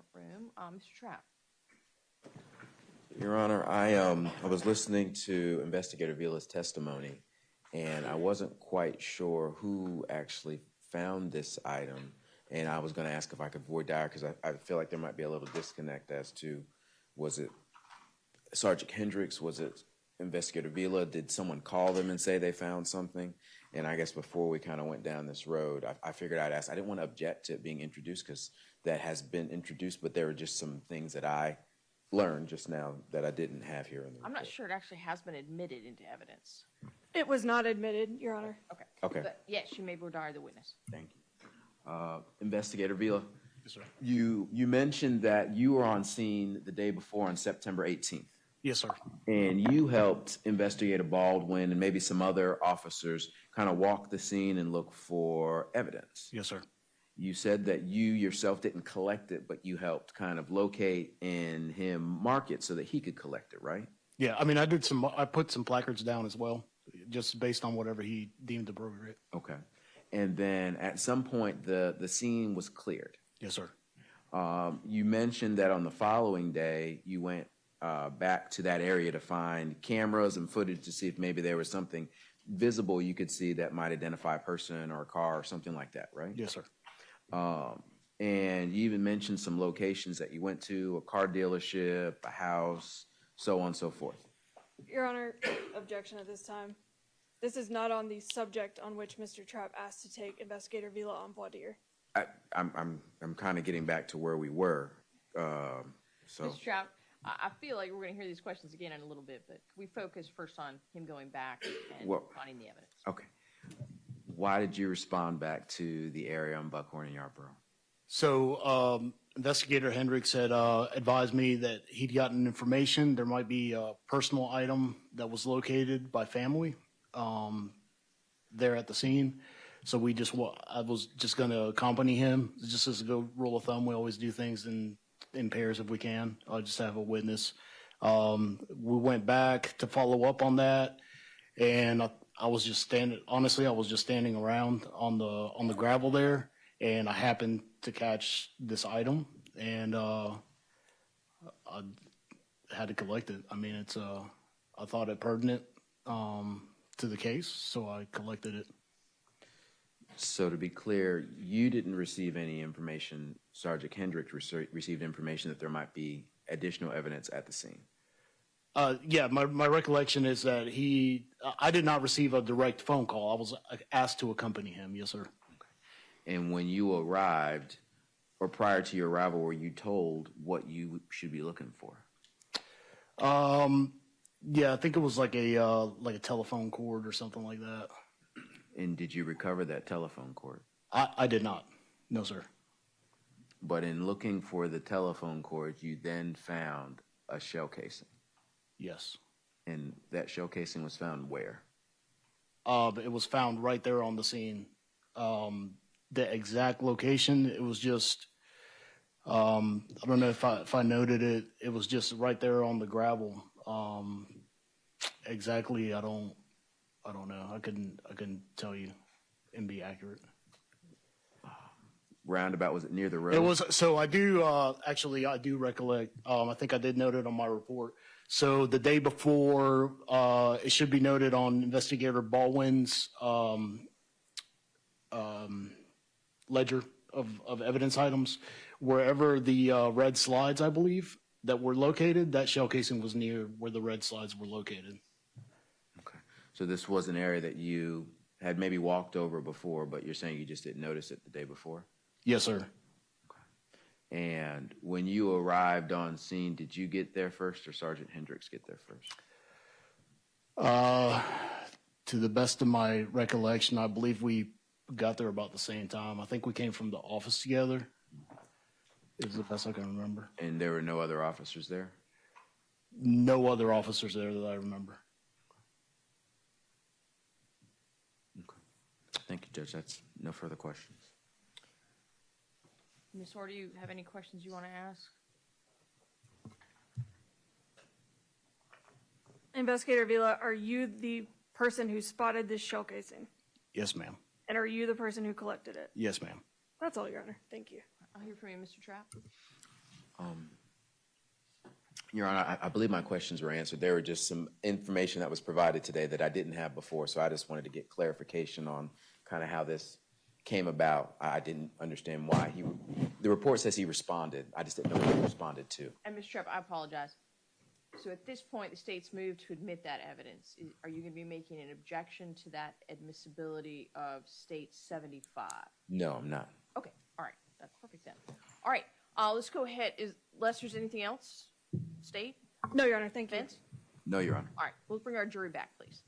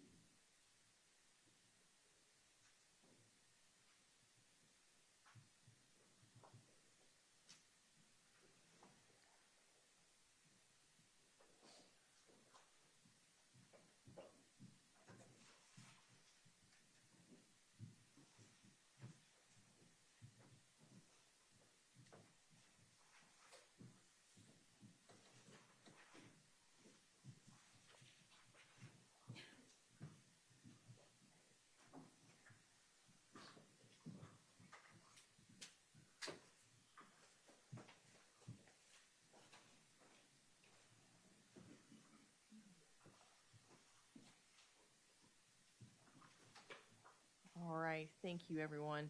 At this time, the state's moved to admit State's Exhibit number 75. Any objections? No objection, Your Honor. All right, State 75 will be admitted into evidence. Thank you, Your Honor. Investigator Vila, where was State 75, the shell casing, located? Oh, it was located there on the scene.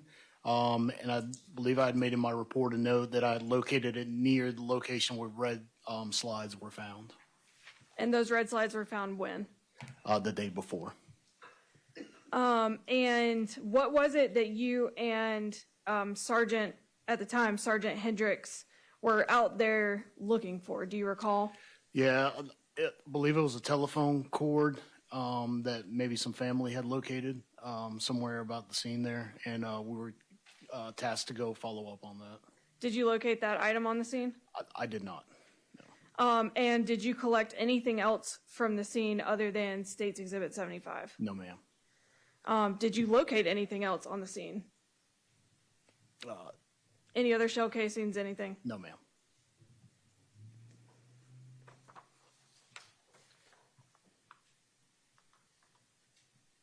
And do you have any knowledge of whether this phone cord that you were looking for was ever located? Not direct knowledge. No, ma'am. Direct, yes, ma'am.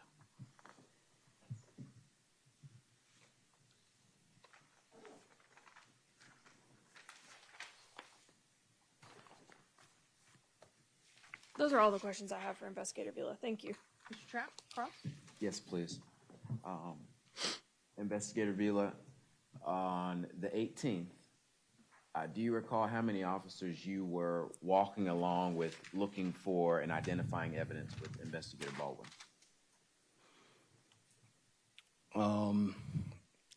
Obviously, myself, Investigator Baldwin, now Captain Jeffrey was on scene, and Major Wood, I believe, was on scene. And do you you have an idea of how long you guys were kind of identifying and walking the scene and looking for items? I mean, it's a tedious process. We were there for I remember the sun coming down, for sure. It was dark when we left. But when you arrived, the sun was up. Yes, sir. Would you estimate it was at least an hour, maybe two? Oh, no. When I got there, it was, I believe it was 3:30 when I got there. It's in my report. Okay. And so you're saying it might be more than an hour or two? Oh, yeah, absolutely. Yes, sir. And there are a number of items that were identified or found on that first day, September 18th. Yes, sir. And you even mentioned, I believe when you were with Investigator Baldwin, not only did you help him walk the scene and find items, you helped put the placards down, the numbers down for each of these items so that they could be identified. Is that right? Yes, sir. And after you helped him do that, were there other things that you helped him with that day on the 18th? No, I mean, probably helped him take equipment back to the vehicle, just maybe get stuff back into his car. And then the following day, you were doing additional work when it comes to this case, right? Yes, sir. You were trying to find visual information, camera footage, and the like? Yes, sir. All right. And you did find camera footage, is that right? Yes, sir. But while you're in this process of going to different homes and businesses, you got a call. Yes, sir. And that call was from who? Well, so actually, I don't want to say anything inaccurate. I don't know if I got a call. It might have been that I had finished my canvassing and been back at the office and then told to accompany Sergeant Hendricks at the time. I don't know specifically that it was a phone call that I got or somebody told me person to person, go accompany Sergeant Hendricks to the scene. But at some point, I was tasked with going back.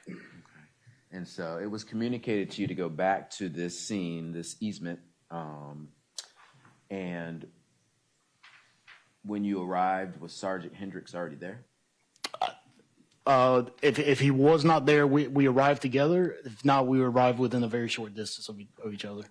And you two were told that you were to look for a cell phone cord, is that correct? That's to the best of my knowledge, yes, sir. Do you recall what color it was, or was there any description of what you're looking for? No, not that I recall.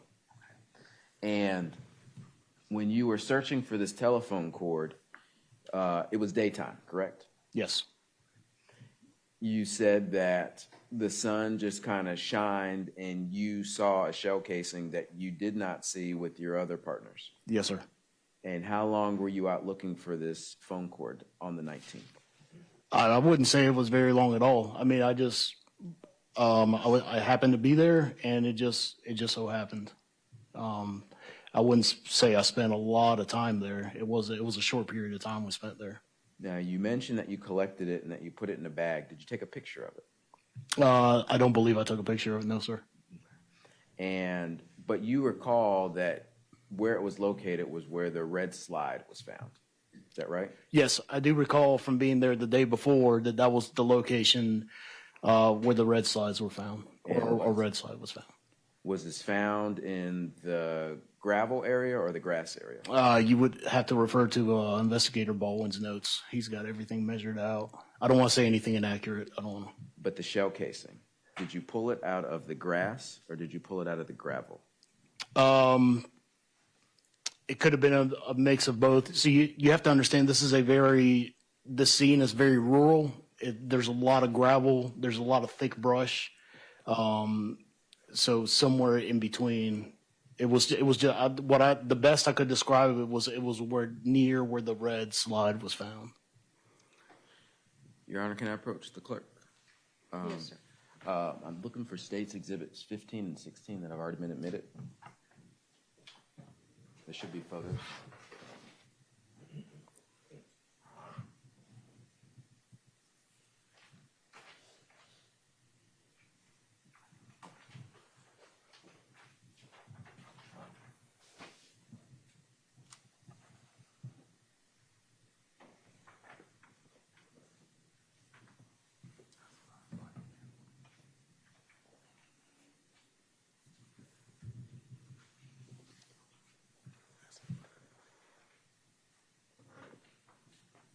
May I approach?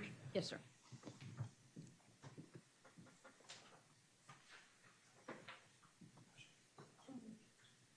May I approach the witness? You may. Investigator Vila, these have already been previously admitted as state's exhibits 15 and 16. Do you recognize the item in these two pictures? Yes, sir. And what is it that you see? Those are red slides. Okay. Yes, sir. And if you were to take a look at this red slide in either 15 or 16, can you determine where you found this shell casing? No, sir. Okay. I mean, I'm not going to be able to. That's a very thick brush right there. I can't. Investigator Vila, remember to keep your voice up. You're talking to the. I'm sorry, ma'am. It's a thick brush there. I can't to say something honestly. I can't tell you exactly where, in relation to that red slide, it was found. The slide was not there the next day. Right, but in looking at Exhibit 15, which is a close-up Yes, of sir. the slide, you mentioned that it was found in this general area. Yes, sir. If you were to describe this picture, just the close-up, does it look like it's mostly grass or gravel? It looks like it's grass growing on top of gravel. Yes, sir. All right, but do you see any gravel in State's Exhibit 15? No, sir. I see no. Now, when you zoom out, and you can still see that same red slide or flip-flop, you do see some gravel, right? Yes, sir. But mostly grass. Sure. Yes. Okay. And so your testimony is that you were in this vicinity where you see this grass and this gravel, and that the sun was shining on this shell casing and that it reflected back and you saw it. Yes, sir. I'm going to return this back to the clerk. Madam Clerk.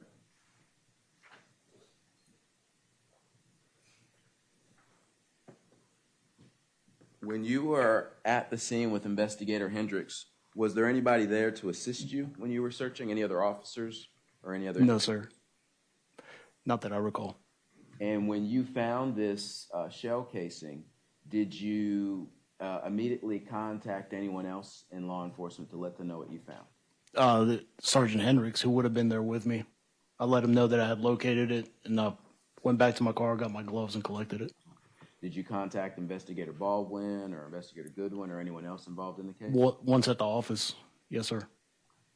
And is it protocol for you to collect evidence and bag it before you take a picture of it? No, I usually photograph things before I collect them. And when you are out on this day, are you normally fashioned with a body cam? No. So you rarely wear one, if at all? Yeah, so I do wear a body cam. I wear a lot of plain clothes as well. So on this day, you're saying you're plain clothes? yes, sir. And to your recollection, did this shell casing, was it similar to one of the ones you found on the 18th? Yes, sir. Same make, same color? Well, I mean, that's unless I read the stamps on the back, but a 9mm spent shell casing, yes, it looked like just like the ones we had gathered the day before. No further questions, Judge. Redirect. Nothing further for Investigator Vila. Thank you. All right, Investigator Bill, you are excused this time. Thank you. Your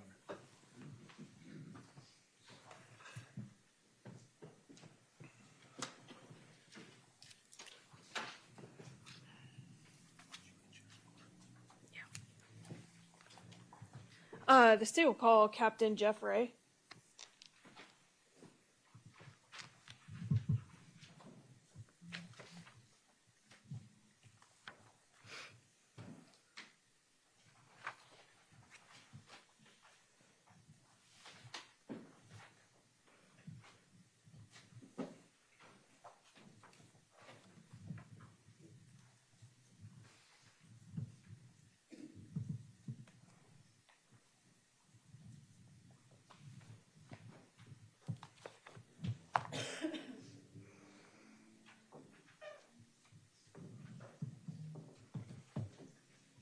Left hand on the Bible and raise your right.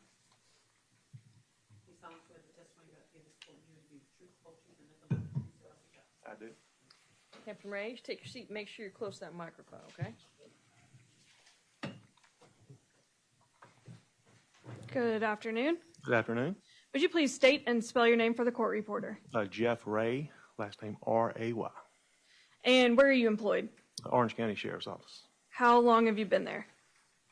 May will be 20 years. And what are your current duties with the sheriff's office? The captain of the investigation division. How long have you been the captain? Maybe 2021. And what were your positions within the sheriff's office prior to that? Started in the detention center, then moved to courts and transportation, the patrol division, criminal investigations. Will you slide that microphone just a little bit closer to you? Thank you. And what capacity were you working in the investigations division back in September of 2022? The captain of investigations. And did you respond on September 18th to the scene at Buckhorn Road near Yarborough Road? I did.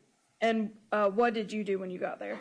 Once I got there, I just helped measure the scene, helped do measurements with the investigator Baldwin. And did you have any other role other than assisting investigator Baldwin while you were there? Not at the scene, no. I want to draw your attention to the following day, September 19th. Did you speak with an individual by the name of James Rogers? I did. And what did you talk to Mr. Rogers about? Mr. Rogers lives in the area on Buckhorn Road near Yarborough, and about some gunshots that he heard on Saturday morning. Did he give you any specifics about that? He did. He had heard two groups of shots, one approximately 2:10, give or take, and then he said that was about 5 to 7 shots coming from a field across from his house. He looked out the window at the time and did not see anything, and then he heard a couple more shots, and he was pretty sure that it was Saturday morning because he was leaving that morning to go to the coast. Did he have any other information that you got from him at that time? He did not. Also on September 19th, did you speak to an individual by the name of Christian Sykes? I did.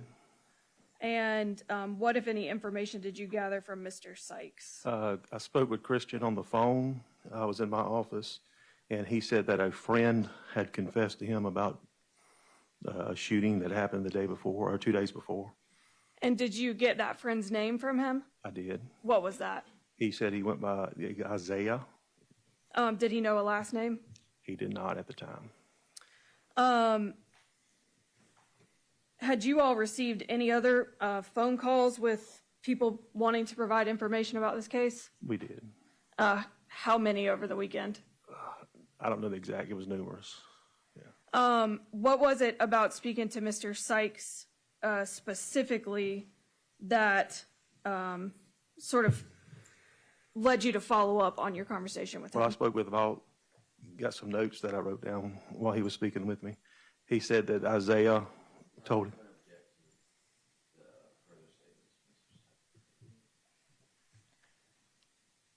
Not for the truth of the matter to explain what steps the investigators took. Approach.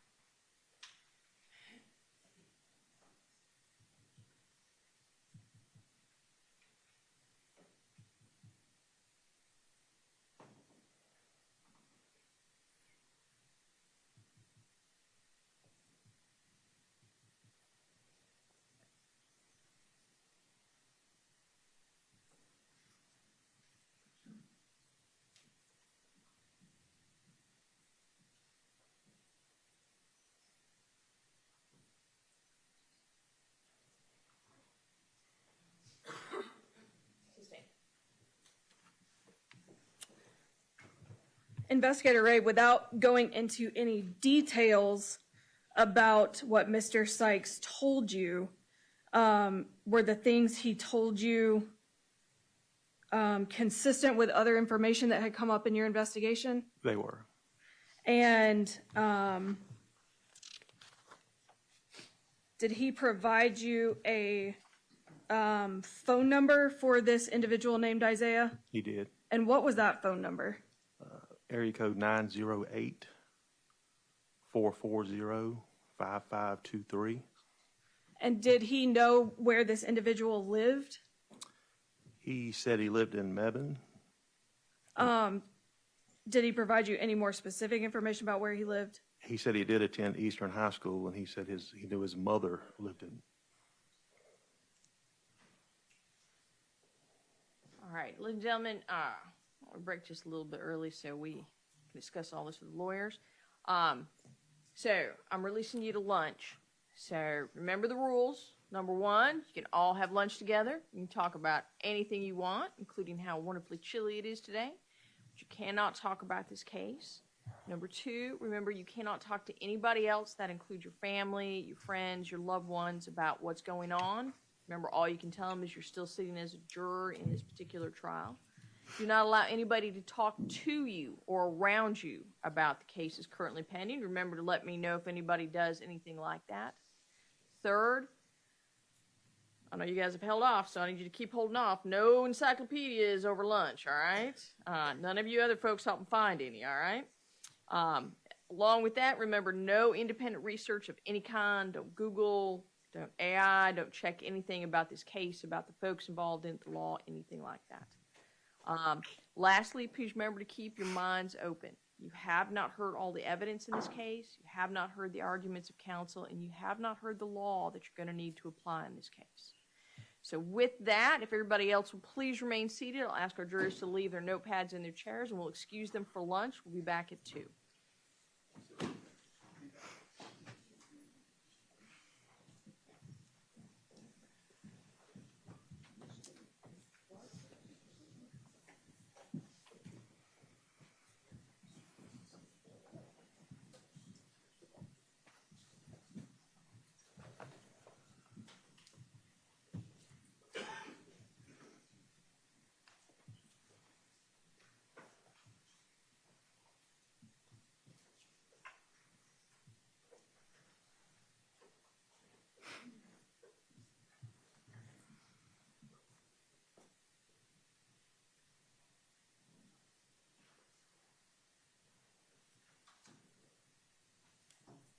All right, all of our jurors are outside of the courtroom. Ms. Orr, why don't you go ahead and ask your witness the question? Let's hear what the answer is, and then we can talk about it. Absolutely, Your Honor. Captain Ray, did Mr. Sykes give you an address for for Isaiah that he knew? He said he knew that his mother lived in Deerfield Apartments. Were there any other questions that were going to elicit similar testimony? No, Your Honor, that was all. All right. All right, so Mr. Trapp, let me hear from you. Yes, Judge. Prior to us taking a break, we had a bench conference. I had objected. We spoke briefly. I felt that at least at the time the questions were being asked, Captain Ray was giving statements that he got from Mr. Sykes outside of court, and so I was bringing up the idea of hearsay. And so you mentioned to Ms. Orr, you could ask Captain Ray, did you receive information from this individual without getting details about what was said? And I felt that at first that's where we were, but then we started soliciting more detailed information. First, the specific phone number, all 10 digits, and then it seemed like we were giving like an address of where Mr. Ross lived, and I thought that we were kind of going outside of what we had agreed upon at the bench conference of details. So I believe that Ms. Orr said she's offering this testimony not for the truth of the matter, but to show why officers took their next steps. I'll be more than happy to give an instruction to the jury that they're not to consider any information from Mr. Sykes for the truth of the matter of what he said, but can only consider it to show the effect that that information had on the officer's subsequent actions. So I'm assuming what we're going to get next is that in the follow-up to this, they're going to go to try to track down your client, including going to this address and using the phone number? That's correct, Your Honor. Does that sound about right? That's right. All right. So I think that information then is going to directly impact how testimony about what officers did next. So I think it falls under that exception to hearsay. But I will be happy to make sure I give that instruction if you'd like me to the jury of how they can consider that evidence. Yes, please. All right. Don't let me forget, Mr. Trapp, when we come back, I will make sure to give that instruction to the jury. Ms. Orr, as far as you're concerned, that's the only information you're going to be soliciting about the conversation between this witness and Mr. Sykes. Is that correct? That is correct, Your Honor. Okay. That seems to be it. Yes, ma'am. So I will overrule your objection to the extent that it is being offered, not for the truth, but simply to show the effect of that information on subsequent actions by the officer. Yes, Judge. All right. Anything else? I know we probably could have done that in 5 minutes, sorry, but getting everybody up and down takes a little bit of time. Is there anything else that we should address before we break, Ms. Orr? Yes, Your Honor, I do have one additional thing. I have a request to add a witness to my witness list. That witness is Stan Dean. He is Lyric Woods' grandfather. And the reason I would like to add him is that I am assuming from the sort of lines of questioning that Mr. Trapp has been after regarding this shell casing that was collected on the Monday after the scene was cleared on Sunday. I'm happy to give the court just a brief proffer of what I expect his testimony would be. He and some other members of the Eflin Fire Department, after the sheriff's office cleared the scene on Sunday night, had taken down the crime scene tape. He called and received permission for them to go clean up the scene and wash away the blood because Lyric's mother, Elizabeth, wanted to visit that location, and they wanted to remove that before she went there. I intend to suggest to the jury that perhaps this shell casing was dislodged from where it may have been hidden from investigators upon their initial observation of the scene on the 18th, but after things were disturbed with their cleaning of the scene, that it became visible, and that's why it was located by Investigator Vila on Monday rather than on the Sunday. Mr. Trapp? Your Honor, I was notified about this for the first time today. This was not in discovery. In addition to the fact that this is new information that was provided to me, We both agreed on a sequestration order. I'm not certain who this individual is or what they look like, but my understanding is that they're probably in the audience and have had an opportunity to listen to testimony. And so those would be my two initial reasons. And then also, it seems like the state's reason for putting this witness up, there isn't anything to confirm this theory that the bullet was, or shell casing, I'm sorry, use the right term, was dislodged or put in view because of whatever techniques they used. At this point, Investigator Vila has said that he's gone back to the scene after being told to look for something else, and that when he went back to the scene, he found this shell casing in or near where this red flip-flop might have been located in that vicinity. I don't know, if this testimony will make it any clearer as to why he found it. It's already been admitted. And more importantly, we don't really have an opportunity to verify any of these other factors. The crime scene was closed, or what could have happened after they cleaned up and when Sergeant Vila came in. So we would object to the testimony. Ms. Orr, this wasn't part of the discovery. This particular information was not a part of the discovery. I learned it from speaking with family members because I did not anticipate whatever we're going down with regard to this particular shell casing, especially given the ballistics report. I did not see it as a fact that would be exculpatory to the defendant or even potentially exculpatory, and so I did not believe it needed to be memorialized or turned over. I only connected the possible relevance when we started spending so much time talking about State's Exhibit 75. Has Mr. Dean been in the courtroom? He has. Okay. Just as a potential preview, since I do not know, State 75, is that part of the ballistics evidence the state is going to be presenting? Yes. Am I correct in my thought that State 75 is going to be a projectile that forensic ballistics is going to match with the other bullets that have been recovered? They've all came from the same gun? All shell casings, but yes. All shell casings, excuse me. I apologize. Is that sound about right, Mr. Trapp? Yes, Judge, that sounds about right.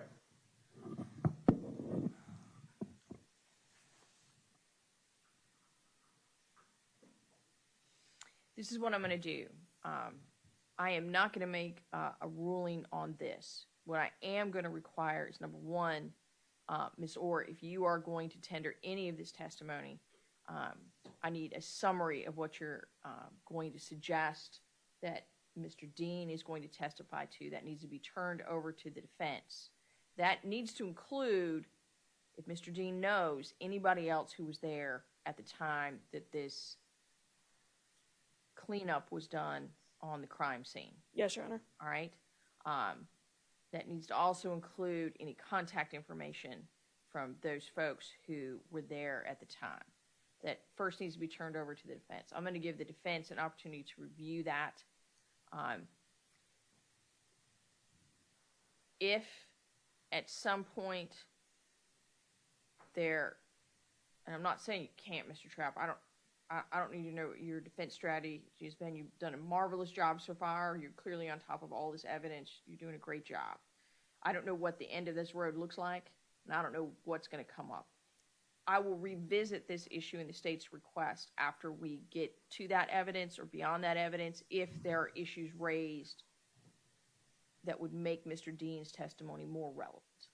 Yes, Your Honor, and I think that what you just said is my concern, is that, this case has been going on for a long time, as everyone in this courtroom knows, and I haven't had a chance to review it. I don't know really where this is going to end up. So I look forward to reviewing it, and then we can readdress it with the court afterwards. Yes.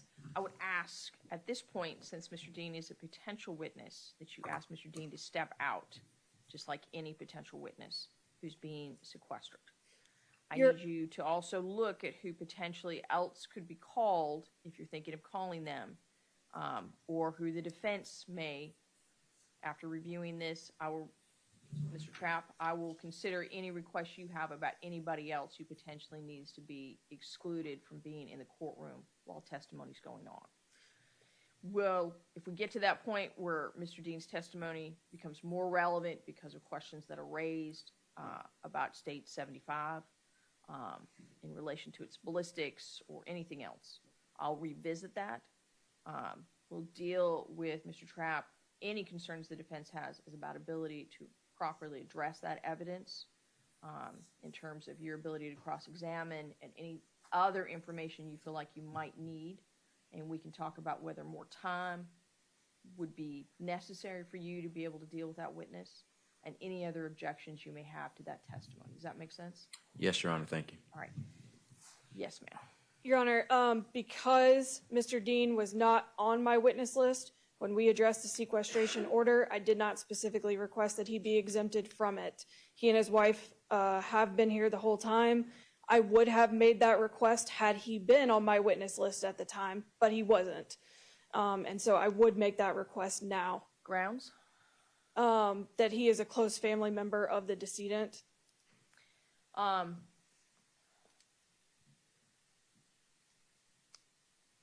I respect those grounds, but that if he's going to be a factual witness, then I can't have him here in the courtroom under the defense's agreement to sequester facts witnesses. Absolutely, Your Honor. I understand what you're asking, and it's all in good faith. But if we're going to use Mr. Dean as a potential fact witness, then he needs to, like all the rest of our fact witnesses, be outside the courtroom while other witnesses are testifying. Understood, Your Honor. And I realize this is just a possibility at this point, but let's start with keeping Mr. Dean out until after you've turned over your information. Let Mr. Trapp and his team review that information, and then maybe we can talk about it. I don't think it's fair to ask Mr. Trapp at this point to be able to say whether he finds what you're proposing to be good or bad for him or for his client, because he doesn't really have the ability right now to assess what that really is. So let's give him an opportunity to review that, and then we can readdress whether Mr. Dean's testimony could be useful or not. Absolutely, Your Honor. All right. And just one additional question. Would the court be satisfied if I asked Mr. Dean to prepare a written summary of what he recalls from that night, including the contact information of those individuals, or would the court prefer that I prepare it with his assistance?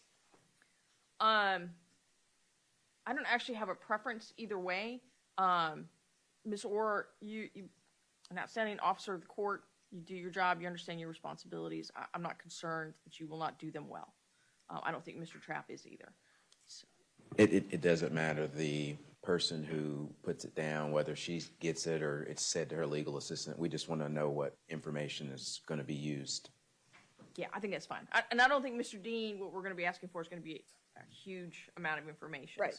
I think the most important thing, though, is that we get it done efficiently. Yes, Your Honor. Again, Mr. Trapp has to have the time to be able to review that information, to go over it with his team, to be able to talk to his client about it, to be able to allow him to have cogent arguments about whether he thinks that's a plus or a minus in his trial strategy. Right. Again, that is totally in Mr. Trapp's control, and he has to have the ability. This might be something that he decides he does want. It might be something after reviewing he wants to continue his objection to. So whether you summarize it, one of your assistants, whether you have Mr. Dean type it up, my only concern is to get it done sooner rather than later. Absolutely. All right. All right.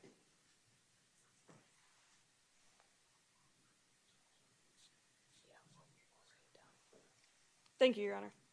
Mr. Trapp, is there anything else that I can do regarding this issue for you, or anything else you want to raise? No, not at this time, Judge. And like I said, we discussed it before court this morning, and once I get the information, I will follow up with Ms. Orr and with the court as to any further objections or issues we may have. That's fantastic. All right. Anything else, Mr. Trapp?